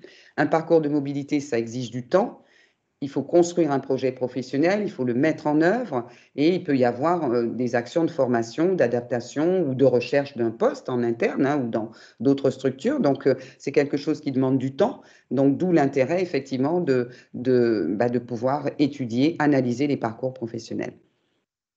L'objectif, c'est de préparer le salarié à cette mobilité, lui faire prendre conscience qu'il souhaitera ou qu'il devra changer de métier, ne serait-ce que par rapport à l'usure professionnelle, hein, si on intègre aussi en fonction de l'âge, et puis peut-être parce que il a acquis des compétences transférables dans d'autres métiers, voire à d'autres secteurs d'activité. Alors, c'est vrai que on est recruté à un moment T dans l'entreprise ou dans la fonction publique, mais avant, on a peut-être fait des choses. Mais ensuite, à côté, on est peut-être responsable d'une association, on gère peut-être, je ne sais pas, une activité de loisirs. Et donc, on se rend compte qu'au final, la compétence, elle n'est pas seulement sur le lieu de travail, elle peut être acquise aussi en amont, pendant ou en aval. Voilà, parce qu'on agit aussi dans la sphère. Moi, j'avais une jeune femme qui avait jamais travaillé, qui a élevé 6 enfants. Elle était sur un parcours de formation, puis elle dit, moi, j'ai jamais travaillé, j'ai pas de compétences. Je dis, bon, vous n'avez pas de compétences. Puis quand elle parle, qu'elle dit qu'elle a 6 enfants et qu'elle manage il faut voir comment elle manage l'organisation du foyer, mais en plus la gestion des activités des uns et des autres. Je dis, mais finalement, vous avez bien une compétence. Vous en avez des compétences puisque vous faites ci, vous faites ça, et machin, et ceci et cela. Donc, elle voit. En plus, elle participait à une association de parents d'élèves où elle était secrétaire. Donc, je lui dis, vous voyez qu'au final, j'ai envie de dire, la compétence, elle n'est pas essentiellement liée à un poste de travail ou à une activité professionnelle, elle peut être aussi extra-professionnelle.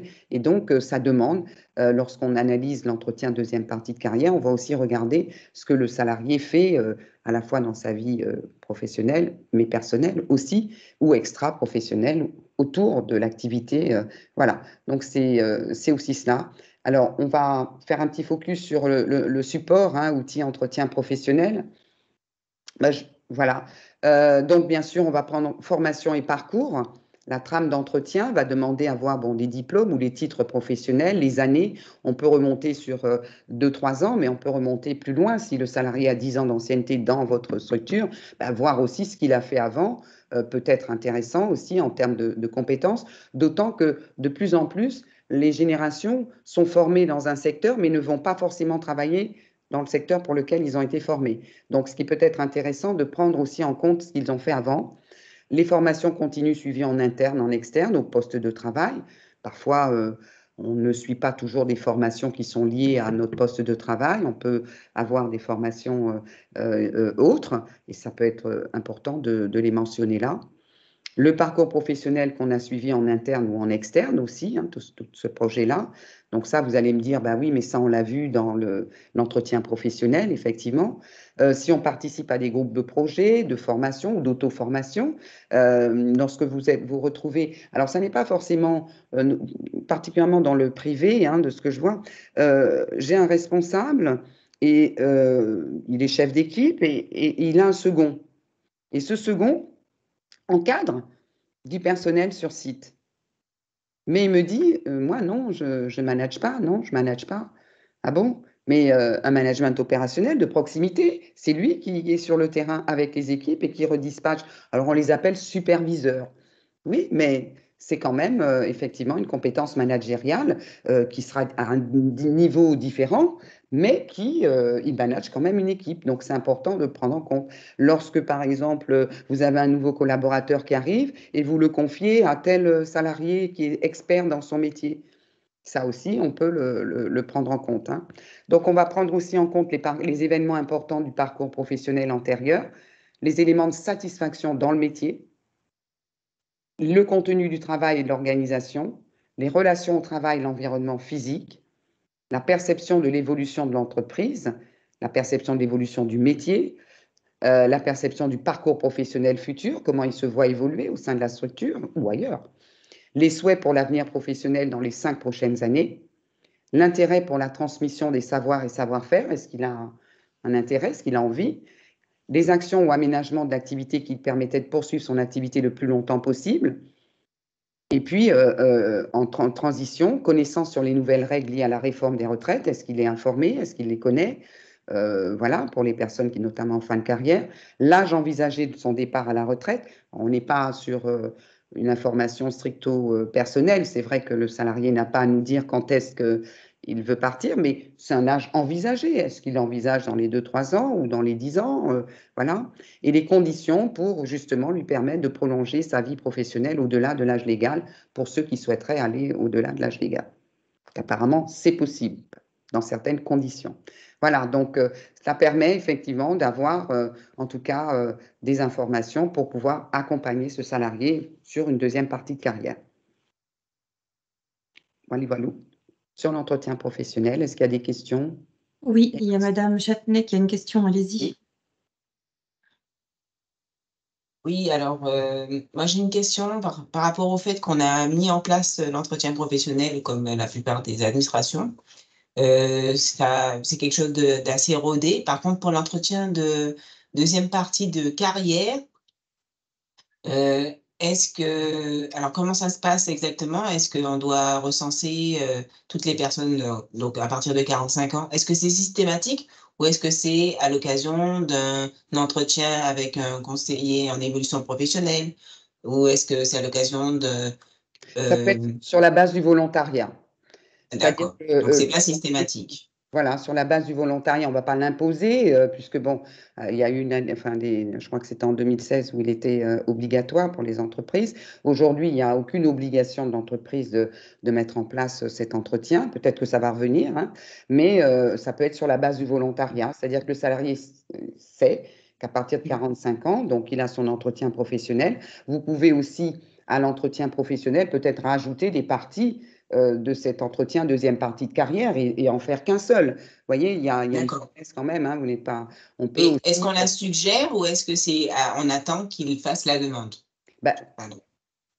Déjà l'informer que ça existe, que ça peut, voilà, hein, voilà, et puis ensuite ça peut être sur la base du volontariat. Dans un premier temps, vous allez tester, expérimenter. Il ne s'agit pas de prendre tous les salariés de plus de 45 ans et de dire ouais, bon, ben voilà, déjà il faut prévoir le temps, etc. Non, c'est de vous dire bon ben je vais le tester.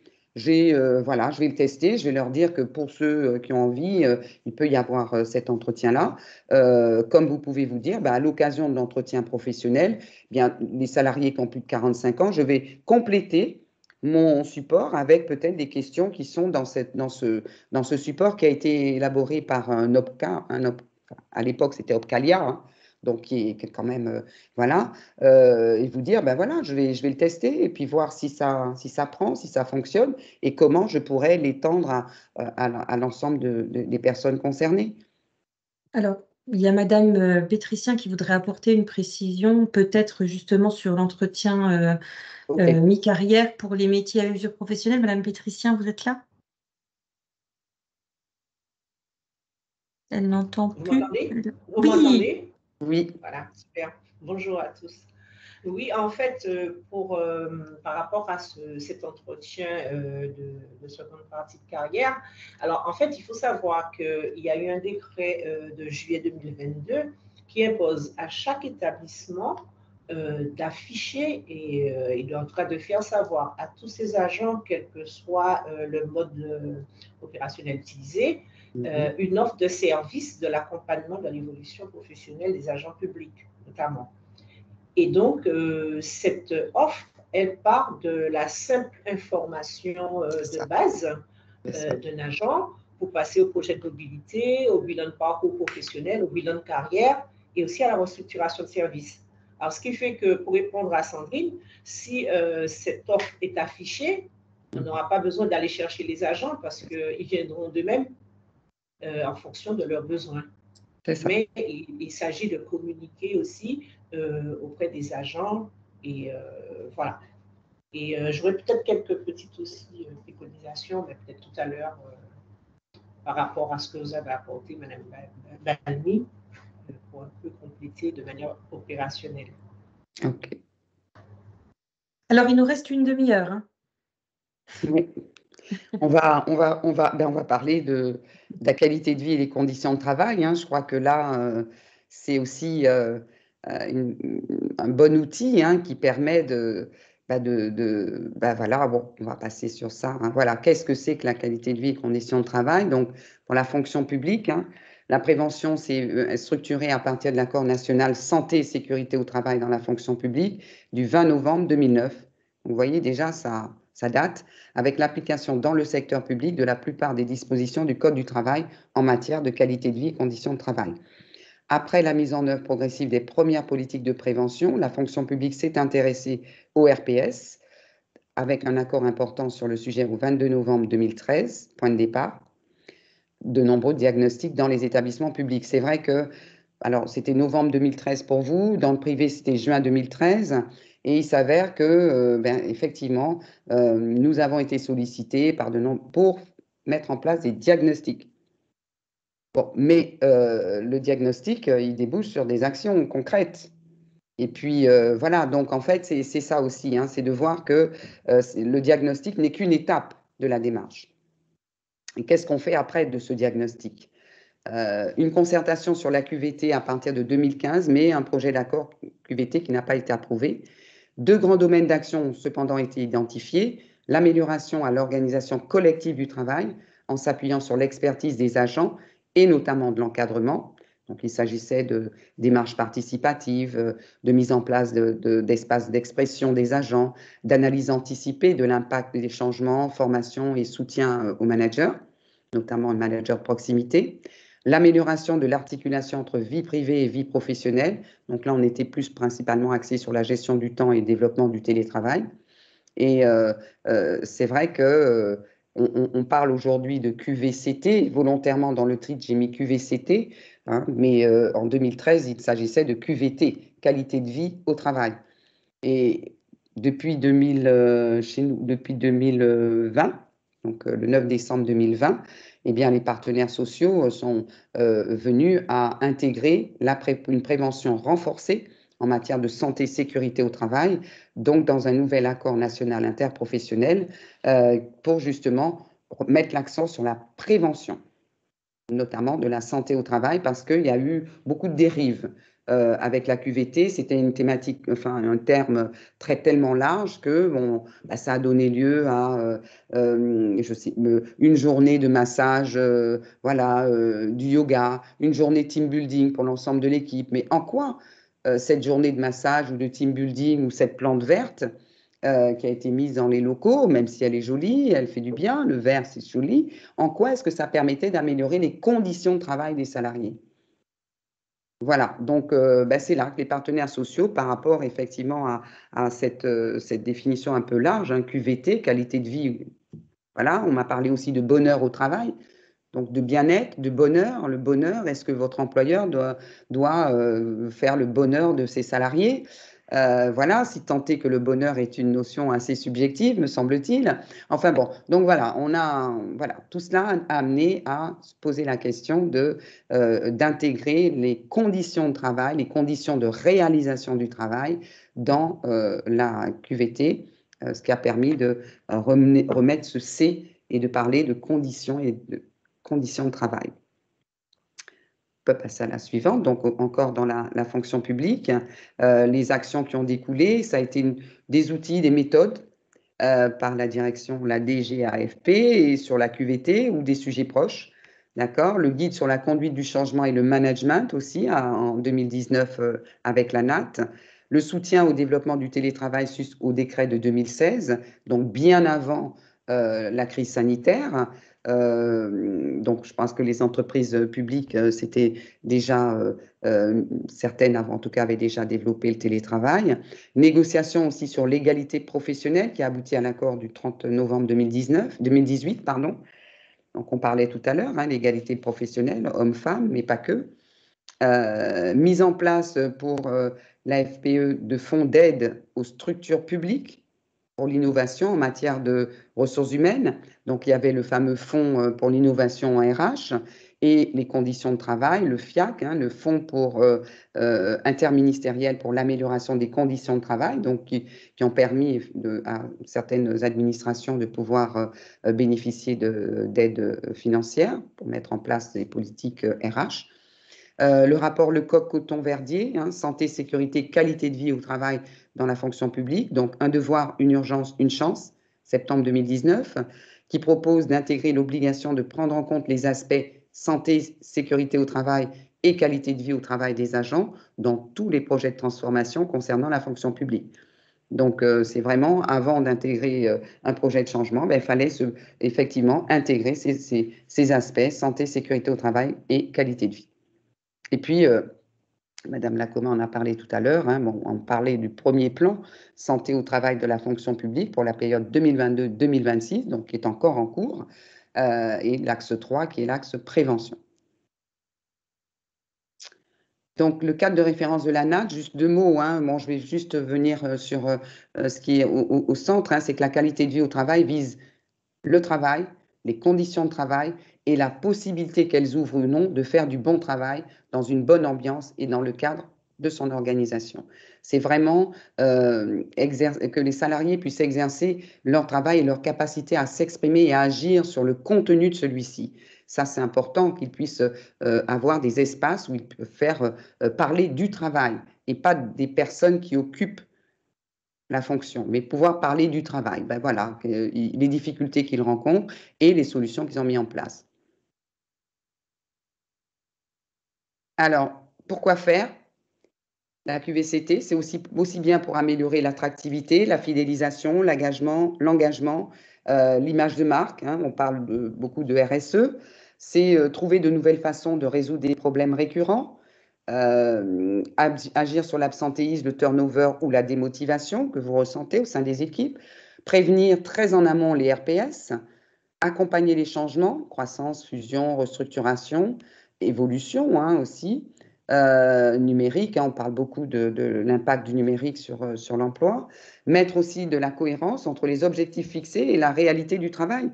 Hein, donc il y a le prescrit, et puis, il y a, je dirais, la réalité, hein, le réel. Et ça c'est important, ça permet justement d'éviter de donner des objectifs trop ambitieux avec des moyens légers ou insatisfaisant et de mettre le salarié en situation de RPS parce qu'on a des objectifs là, on a peu de moyens et donc comme je ne peux pas atteindre mes objectifs, je ne suis pas bien, etc., etc. Donc voilà, la démarche QVCT, si vous vous trouvez dans une de ces situations, peut être aussi un bon outil pour vous permettre d'avancer. Donc, je disais tout à l'heure, c'est intégrer la QVT dans le management au quotidien, c'est d'impliquer les salariés au quotidien dans leur travail, leur organisation, dans les prises de décision au plus près du terrain. Ça ne sert à rien d'imaginer, je dirais, en haut de la pyramide, des beaux fonctionnements, des beaux outils, etc. Et puis de venir les imposer aux salariés alors que peut-être que l'outil va demander des ajustements. L'intérêt, c'est de les impliquer dès le départ. On a l'intention d'automatiser, on a l'intention de développer le télétravail. Bon, comment on peut mettre ça en place? Est-ce que voilà, on travaille avec, on pose des questions, on agit en concertation. Intégrer la QVT dans la conception de nouveaux projets, voilà. Et puis, ça peut être aussi une démarche de résolution de problèmes. Donc, on a un problème, le plan de prévention, on va pouvoir questionner les équipes sur ça. Donc, la QVCT permet d'atteindre une performance sociale, la performance, on va dire, économique, entre guillemets, mais de production, et une performance opérationnelle, terrain. Donc, on est au cœur de ces 3 types de performances. Avancer. Qui est concerné? Elle concerne tous les salariés, voilà, elle ne concerne pas seulement le management. On va voir, voilà, une démarche participative, la direction pour tout ce qui va définir la politique, les axes stratégiques. On va avoir aussi les IRP ou les représentants du personnel qui vont concevoir les règles, tout ce qui va toucher aux conventions. Donc ça, c'est le rôle social.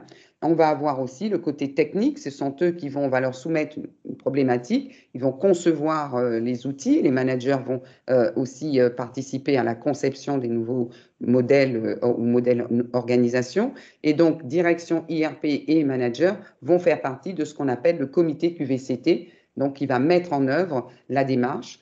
Et puis vous voyez, des groupes de travail, ce sont les opérationnels de terrain qui vont mettre en œuvre ce qui a été proposé et qui vont le tester et nous faire des remontées sur les difficultés qu'ils ont rencontrées pour que le comité QVCT puisse réfléchir à nouveau à l'adaptation, à l'ajustement des outils proposés et pour pouvoir, jusqu'à ce qu'on soit dans quelque chose qui soit réellement adapté aux situations de travail et pas déconnecté des situations de travail. Voilà. Alors, comment faire? Voilà, on a quatre étapes. D'abord, on va installer ce comité, vous avez vu, direction, IRP, et puis les managers, les concepteurs. On peut y adjoindre aussi des salariés experts dans des domaines. On va installer ce comité, on va identifier pour chaque partie les enjeux, les objectifs, on va clarifier le rôle de ce comité, qu'est-ce qu'il fait, voilà, jusqu'où on peut aller. On va organiser la démarche, mais surtout organiser la communication. Ce comité, on peut l'appeler comité de pilotage, on peut l'appeler comité QVCT, on peut l'appeler commission, enfin voilà. Mais il va y avoir en charge la communication. Et cette phase de communication, c'est comment on fait redescendre aux différents niveaux de l'entreprise cette information que on a mis en place un comité pour pouvoir justement introduire un changement de technique, de méthode, voilà, une transformation en tout cas dans l'organisation du travail. Ensuite, on va passer à l'étape d'état des lieux.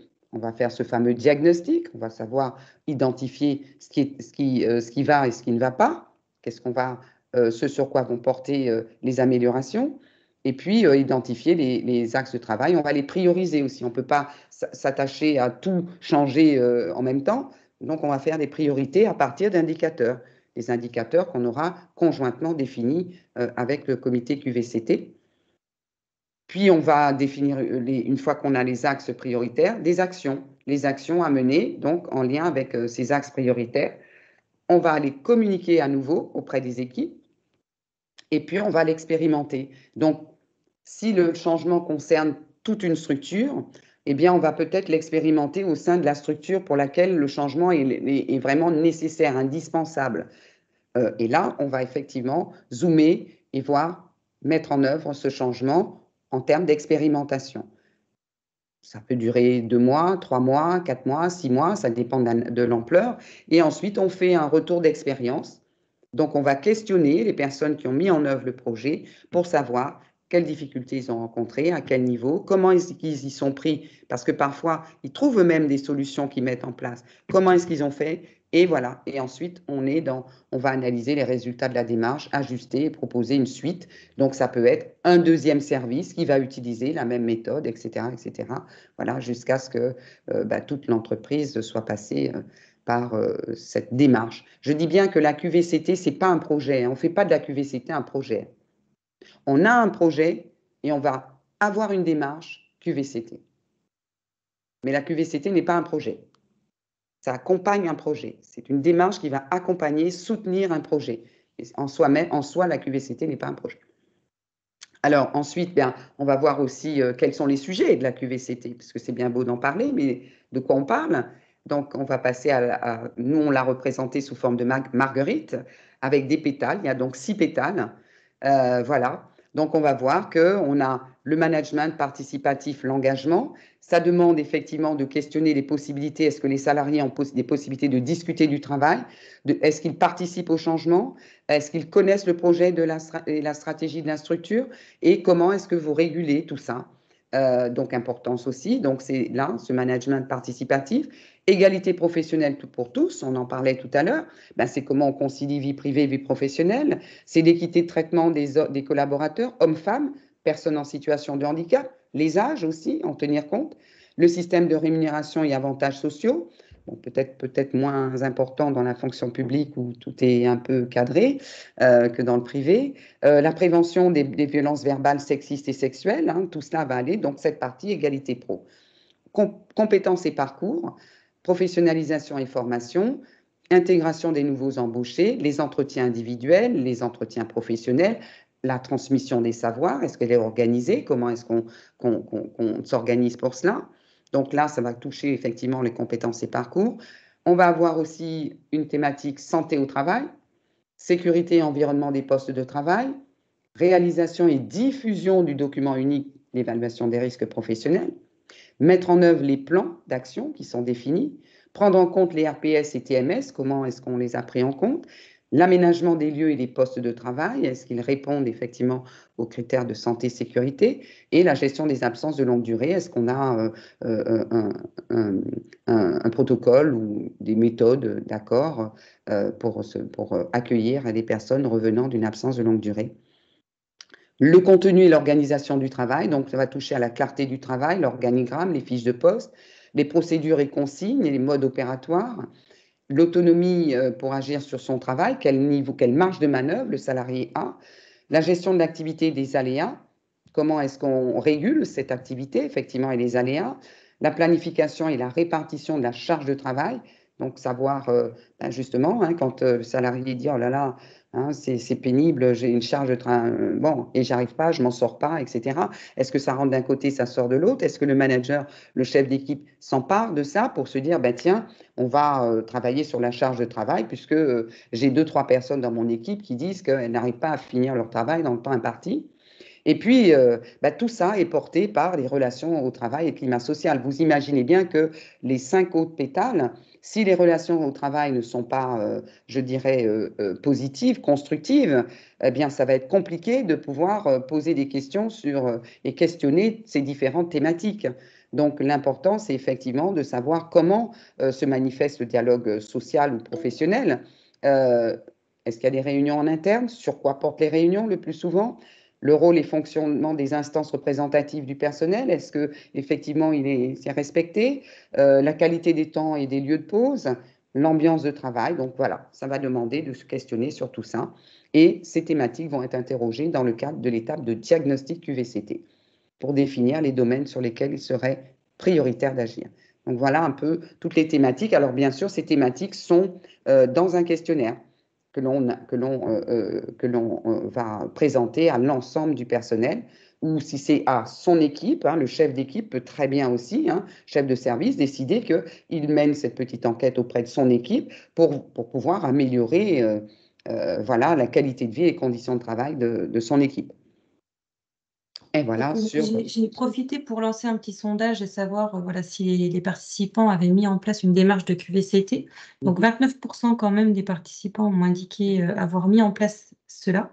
Oui. 43% ils sont en cours de réflexion et 29% pas encore. Parce qu'ils rencontrent effectivement des freins ou des difficultés pour mettre en place. Alors je ne sais pas si certains veulent prendre la parole pour partager justement ces freins et ces difficultés. Parce que justement, après, c'est l'outil. C'est justement, je leur propose un outil pour faciliter ce travail Tout à fait. de réflexion. Mais c'est justement pour pouvoir faire après la transition, en fait. Et puis, est-ce que certains veulent partager les difficultés? Bon, après, j'ai lancé un petit sondage nuage de mots. Je ne sais pas si vous le voyez, Encore. où effectivement, la communication, le volontarisme, les décideurs, il y a des problèmes voilà, d'information, pas de latitude pour peut-être les mettre en place. Voilà, des freins, en fait, justement, sur peut-être créer l'espace de communication suffisant pour pouvoir prendre des décisions et convaincre les décideurs. C'est Est-ce que ça. j'ai bien résumé vos pensées aux participants? Oui, ça rejoint? Alors justement, comme je disais tout à l'heure, si le directeur de la structure, bon, le projet, ça peut être effectivement de le faire qu'au niveau de son service. Déjà, avant de vouloir tout révolutionner, dire ben moi je m'interroge sur la qualité de vie et conditions de travail de mes collaborateurs. Donc je vais effectivement monter mon petit comité, hein, le manager avec des managers de proximité, pourquoi pas, et puis des salariés volontaires, et puis pour monter son petit comité, et puis ben, pouvoir jouer d'une manière ludique et appréciable. De pouvoir, on peut passer au jeu, justement, les essentiels QVCT, c'est juste Oui. après ça, je crois, voilà, hein, qui Alors. permet de manière ludique de pouvoir questionner, vous voyez, ça a un côté beaucoup moins stressant ou beaucoup moins institutionnel, hein. Bon, on est sur du jeu, bon, on aime bien jouer, on a des cartes, vous avez donc les 6 thématiques qui sont représentées, les thématiques dont je vous ai parlé tout à l'heure, avec des situations. Pour chaque thématique, il y a 5-6 situations qui sont proposées. Et donc, vous avez 4 plots, existants, satisfaisants, inexistants mais souhaités, existants mais à améliorer et inexistants non souhaités. Et donc, avec, vous jouez avec vos collègues, vous sortez la carte, vous lisez ce qui est porté, la situation qui est portée sur la carte. Et par exemple, sur le document unique, existe-t-il le document unique? Est-ce qu'il est partagé? Est-ce qu'il est. Voilà. Bon, bien, le document unique, il existe, mais il n'est pas suffisamment partagé. Donc, on va le mettre dans le plot existant, mais à améliorer. Voyez, et ainsi de suite. Donc, on passe en revue les 6 thématiques de la marguerite. Et ben, voilà, on ressort avec des cartes existants et satisfaisants. Donc là, ça veut dire qu'on va valoriser ça. Ça veut dire qu'on est fort, on est bien, on va le valoriser, on va continuer. Et inexistant mais souhaité, ben, on va se dire, ben là, il faut agir. Existant mais à améliorer, bien là aussi, il faut agir. Et puis inexistant non souhaité, bon ben là, hop, on évacue tout ça et on va garder effectivement, on va travailler sur inexistant mais souhaité et inexistant à améliorer. Voilà. Ensuite, avec l'équipe, on va prioriser. Par quoi on commence? Voilà. Et après, on fait le plan d'action. Et pour faire le plan d'action, ben, on va s'interroger qui, quoi, où, quand, comment, pourquoi, avec qui. Hein, la fameuse QQO-CQP qui permet de savoir, d'agir, de définir des indicateurs et en même temps de mettre en place un plan d'action. Donc, C'est intéressant, effectivement, de pouvoir l'utiliser aussi dans des services parce qu'on a des managers ou des encadrants qui vont être plus sensibilisés ou qui vont être confrontés à ces difficultés. Tout à Et il y fait. a une personne qui demande comment se procurer justement ce jeu auprès de Alors, la le NAT. jeu, sur le site de la NAT, pas de la RAT, de la NAT, ANACT, vous tapez les essentiels QVCT et vous allez avoir effectivement possibilité d'acquérir le jeu. Donc, dans le privé, enfin moi je l'ai expérimenté avec des équipes dans le privé, ça fonctionne très bien. Et cela permet aussi en même temps de cadrer. Vous voyez, c'est un jeu, enfin ça dure 45 minutes, hein, donc on ne prend pas 3 heures. Hein. et par rapport au questionnaire qui peut avoir un côté lourd et puis un côté méfiant, etc. Là, c'est le jeu. On joue et on discute en même temps sur le travail. Donc, ça permet d'échanger parce que pour pouvoir mettre les cartes dans un plot, il faut bien qu'on échange parce que moi, je peux dire, ah ben non, mais ça existe et c'est satisfaisant. Et l'autre collègue qui dit, ah ben non, moi, j'estime que c'est pas, ah ben pourquoi tu dis que c'est pas satisfaisant? Et donc, d'argumenter, de dire, ben oui, mais le document unique, il est bien là, mais bon, moi, je t'avoue que ça fait longtemps que je n'ai pas ouvert. Bon, donc c'est à améliorer. Et dans l'améliorer, on va faire en sorte effectivement que le document unique soit partagé. Et puis on va décrire qu'est-ce qu'on va mettre en place pour partager le document unique en interne. Voyez? Donc c'est vraiment une approche intéressante, en tout cas pour que cet espace de discussion soit mis en œuvre.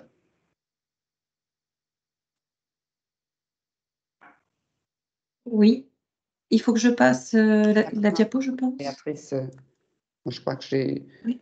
Madame Pétricien, je pense qu'elle voulait effectivement, elle avait levé la main. Oui. J'avais surtout pas baissé la main, je crois. Ça. Ah, oui. Ben, excusez-moi. En fait, je ne sais pas si je peux revenir sur le point.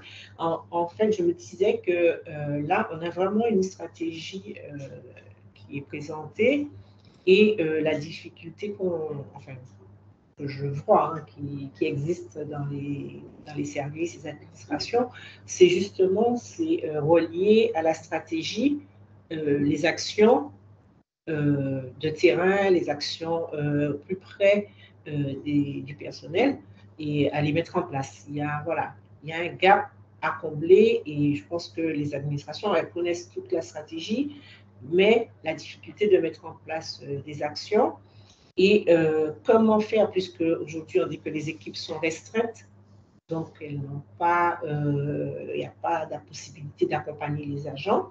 Et du coup, j'ai retenu l'idée je n'ai pas retenu son nom, mais l'inspectrice de la DETS de Guadeloupe, qui a parlé de matinale. Parce que je pense qu'il faut en fait, le fait de ne pas pouvoir apporter l'information aux agents du côté de l'administration parce que voilà, il y a un manque de personnel, il y a un manque de temps. Mais si les agents, eux, ils savent ce qu'il faut faire et ils sont au courant, eux, ils pourront être acteurs. Mais encore faut-il qu'ils soient au courant. Et donc, alors, je pense que en fait, c'est de ce côté-là qu'il faut partir, quoi. Justement, sur la dernière slide, je vous ai mis, hein, on a initié la QVCT itinérante. Et donc, ma collègue, Dominique César, va aller au-devant sur les différents territoires, nord, sud et centre, pour pouvoir justement amener la sensibilisation, présenter le jeu et les outils que nous avons pour pouvoir mettre en discussion la qualité de vie et conditions de travail. Donc, on peut passer sur la slide suivante juste pour un titre d'information. Voilà, donc je disais, donc vous avez les revues et supports, les 10 questions sur la QVCT. Il y a les ateliers, il y aura la semaine QVCT du 17 au 21, donc on sera plus sur le travail de demain. Il y a la formation maîtriser les fondamentaux de la QVCT le 19 mars. Et il y a piloter une démarche QVCT qui aura lieu sur le deuxième semestre. Et puis, ma collègue, information, sensibilisation, la QVCT itinérante de proximité, les 27-2, le 5-3, le 12-3 et le 19-3. Donc, où là, elle va au-devant des administrations, enfin, elle ira sur les différents territoires et on va communiquer sur notre site de la NAT, de la RAC, pour donner à voir sur ces différentes dates, ce programme. Donc voilà, et puis nous aussi, on se tient à votre disposition à la RAC Martinique pour vous accompagner si une structure ou deux, ou voilà, vous souhaitez effectivement sensibiliser vos équipes ou vous-même, ou sensibiliser les encadrants sur la démarche ou vos directions, eh bien nous déplaçons aussi, et nous venons à votre rencontre. On peut avoir des actions intra ou inter. on a accompagné le CDG sur justement les chefs de service du CDG sur le management du télétravail et les agents sur la mise en œuvre du télétravail. Voilà, donc avec un jeu aussi des essentiels télétravail. Donc voilà, on est à votre disposition, à votre écoute. Pour organiser des interventions, des accompagnements, des ateliers. Et le jeu peut aussi se faire en atelier avec un tiers facilitateur pour ceux dont les environnements de travail seraient plus complexes. On va dire ça comme ça. Madame Lacoma, vous vouliez ajouter quelque chose? Oui, tout à fait. C'était en fait pour apporter un complément à Madame Pétricien, en lui indiquant que l'organisation des matinales dans les différentes entreprises que j'ai citées, elle s'est faite aussi parce qu'il y avait une démarche, et ça, il ne faut vraiment pas l'éluder, il y avait une démarche volontariste des équipes dirigeantes. Donc, effectivement, il peut y avoir effectivement dans le cadre de la fonction publique des agents qui sont demandeurs, parce que soit directement concernés ou soit parce qu'ils sont ils voient les difficultés, dans certains cas de leurs collègues qui sont, en situation de handicap, déclaré, ou pas d'ailleurs, enfin reconnu ou pas. Et l'idée, c'est de voir comment avec un manager de proximité, et beh, voilà, il peut y avoir un projet de sensibilisation dans un espace de discussion et qui puisse fédérer les uns et les autres, les sensibiliser sur les difficultés, de leurs collègues. Mais enfin, je peux me tromper, mais il me semble que l'adhésion, de comment dire? De manager de proximité et même voir dans le projet de service, hein, ce avoir non pas ce déclic, hein, mais ce réflexe, cette anticipation, puisque je veux dire, on est concernés, hein, tu vois? On voit autour de nous nos collègues, qui peuvent avoir un certain âge, qui ont ces difficultés. Mais l'idée, c'est d'avoir aussi cette anticipation, cette proactivité et j'allais dire, cette co-responsabilité aussi des équipes dirigeantes. Bien évidemment, avec le concours comment dire, des agents et voire même avec, dans certains cas, hein, ce n'est pas obligatoire, mais lorsqu'on est suffisamment dans un espace, on est suffisamment en confiance dans l'espace de discussion qui se crée, ça peut même avoir l'effet de, comment dire, de révéler des situations pour ceux notamment des agents qui sont porteurs de handicap invisible et qui le révèlent. Et voilà, ça peut avoir un effet locomotive pour d'autres, notamment pour motiver une démarche de reconnaissance de travail handicapé et d'autres démarches de sensibilisation sur le handicap au travail. Voilà. Merci. Et effectivement, quand vous disiez qu'il y avait justement une approche un peu collective, on a la collectivité de Sainte-Marie qui vient de signer une charte. Vous voulez témoigner sur la démarche que vous avez engagée? Pardon, c'est pas moi. La collectivité de Sainte-Marie qui est présente et qui témoignait du fait d'avoir signé une charte justement sur cette question-là. Elle n'a pas envie de s'exprimer. Bon, tant pis. Ça aurait été intéressant. On arrive à bientôt l'échéance. Si vous avez encore des interrogations pour madame Balmy, par rapport aux différents outils et à l'utilisation notamment, Céline, madame, Elle n'a pas de micro. Sainte-Marie, donc elle n'a pas de micro, c'est pour ça qu'elle ne peut Ah pas oui, c'est pour ça. partager. Désolée. Bon.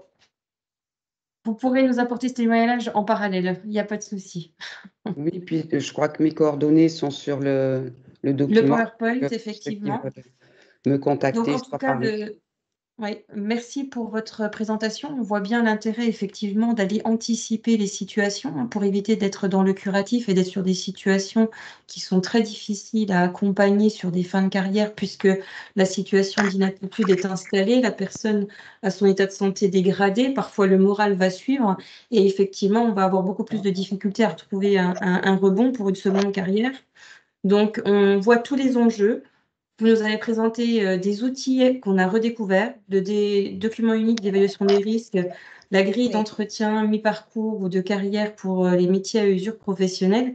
C'est des choses qui, effectivement, peuvent être vraiment des leviers pour ouvrir ces espaces de discussion qui sont vraiment essentiels pour améliorer les conditions de travail de chacun et prendre en compte les besoins spécifiques des personnes et des agents en situation de handicap.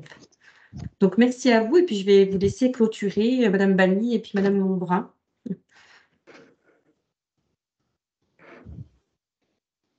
Madame Montbrun, enfin pour moi, comme j'ai dit tout à l'heure, je me tiens à votre disposition, à votre écoute pour analyser avec vous vos problématiques et vous aider à anticiper, à mettre en place, en tout cas, à passer d'une prévention, j'ai envie de dire, secondaire ou tertiaire à une prévention primaire.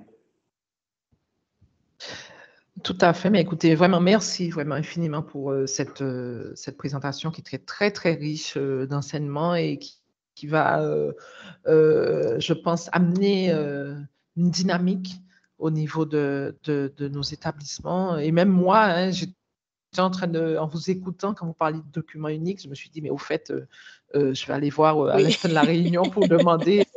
Je sais qu'il y en a un, mais en fait, où il est ce que je peux en prendre connaissance, c'est tout, parce que c'est vrai qu'on met en place des choses, mais on ne prend pas forcément, on ne se pose pas forcément et on ne prend pas forcément le temps de se les approprier et puis de mieux les connaître. Et selon moi, c'est fondamental et ça me permet de faire le lien avec cette notion de handicap où il est vraiment je pense que c'est la première étape et c'est ce qui va amener, comme le disait si bien Gaëlle Lacoma, cette prise de conscience et surtout, ça peut être un levier pour bien lever le frein de se faire connaître en fait, de savoir que son établissement s'inscrit dans cette démarche préventive et affiche clairement ce qu'il met en place. Eh bien, ça fait partie aussi des levées, des freins que nous rencontrons par rapport aux situations de handicap où la personne ne va pas le faire savoir parce qu'elle n'a pas suffisamment de visibilité sur comment elle va être mieux accompagnée. Donc, vraiment, je trouve cette adéquation entre la démarche de prévention et puis la gestion des situations inévitables par rapport au handicap, ça doit être complémentaire et ça doit s'inscrire dans la politique handicap. Il faut vraiment inscrire cette démarche dans sa politique handicap, selon moi. Donc, vraiment, merci pour cette intervention très, très riche et très, très intéressante.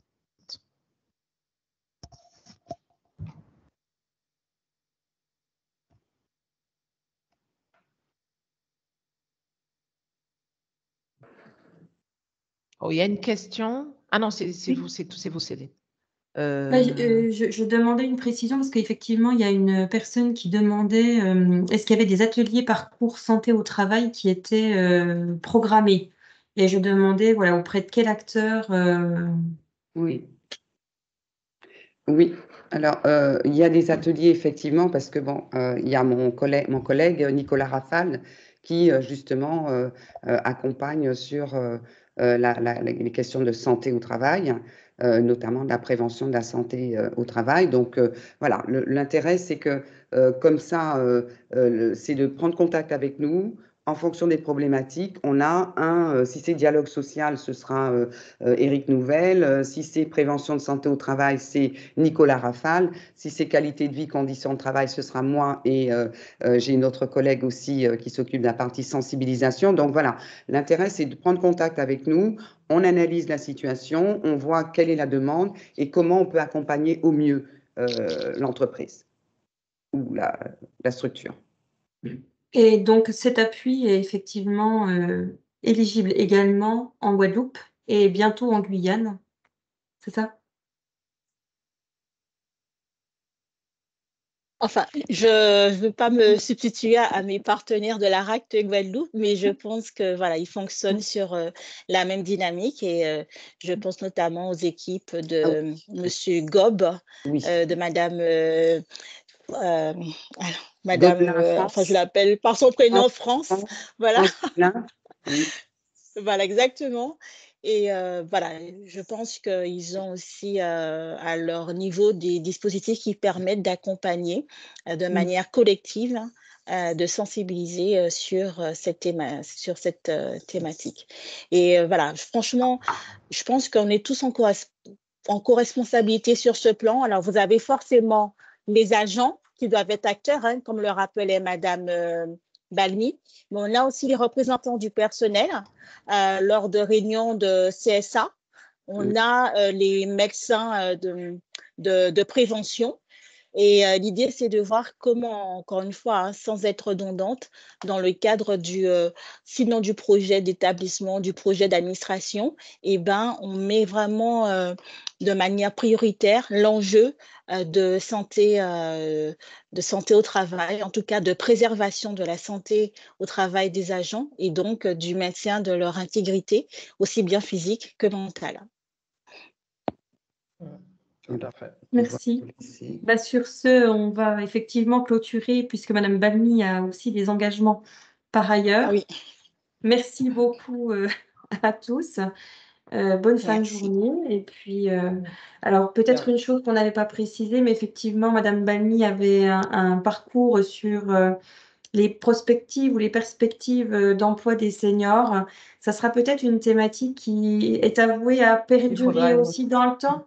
Et peut-être que ça trouvera sa place sur les prochains travaux au niveau voilà, du Handipact Antilles-Guyane sous couvert voilà, de Nadine. Voilà. Tout à fait. Et je pense que alors, il y aura un questionnaire qui va vous être envoyé, hein, normalement, Céline. Donc, Oui. N'hésitez pas justement à nous faire un retour par rapport à ce que vient d'évoquer Céline sur la suite. Est-ce que ça répond à vos attentes? Et ça nous permettra après de mener cette réflexion et de voir comment on peut mieux répondre à vos attentes. Donc, voilà, merci Madame Balmy. Merci. Merci à tous. Merci. À bientôt. Au revoir. Au revoir. Merci.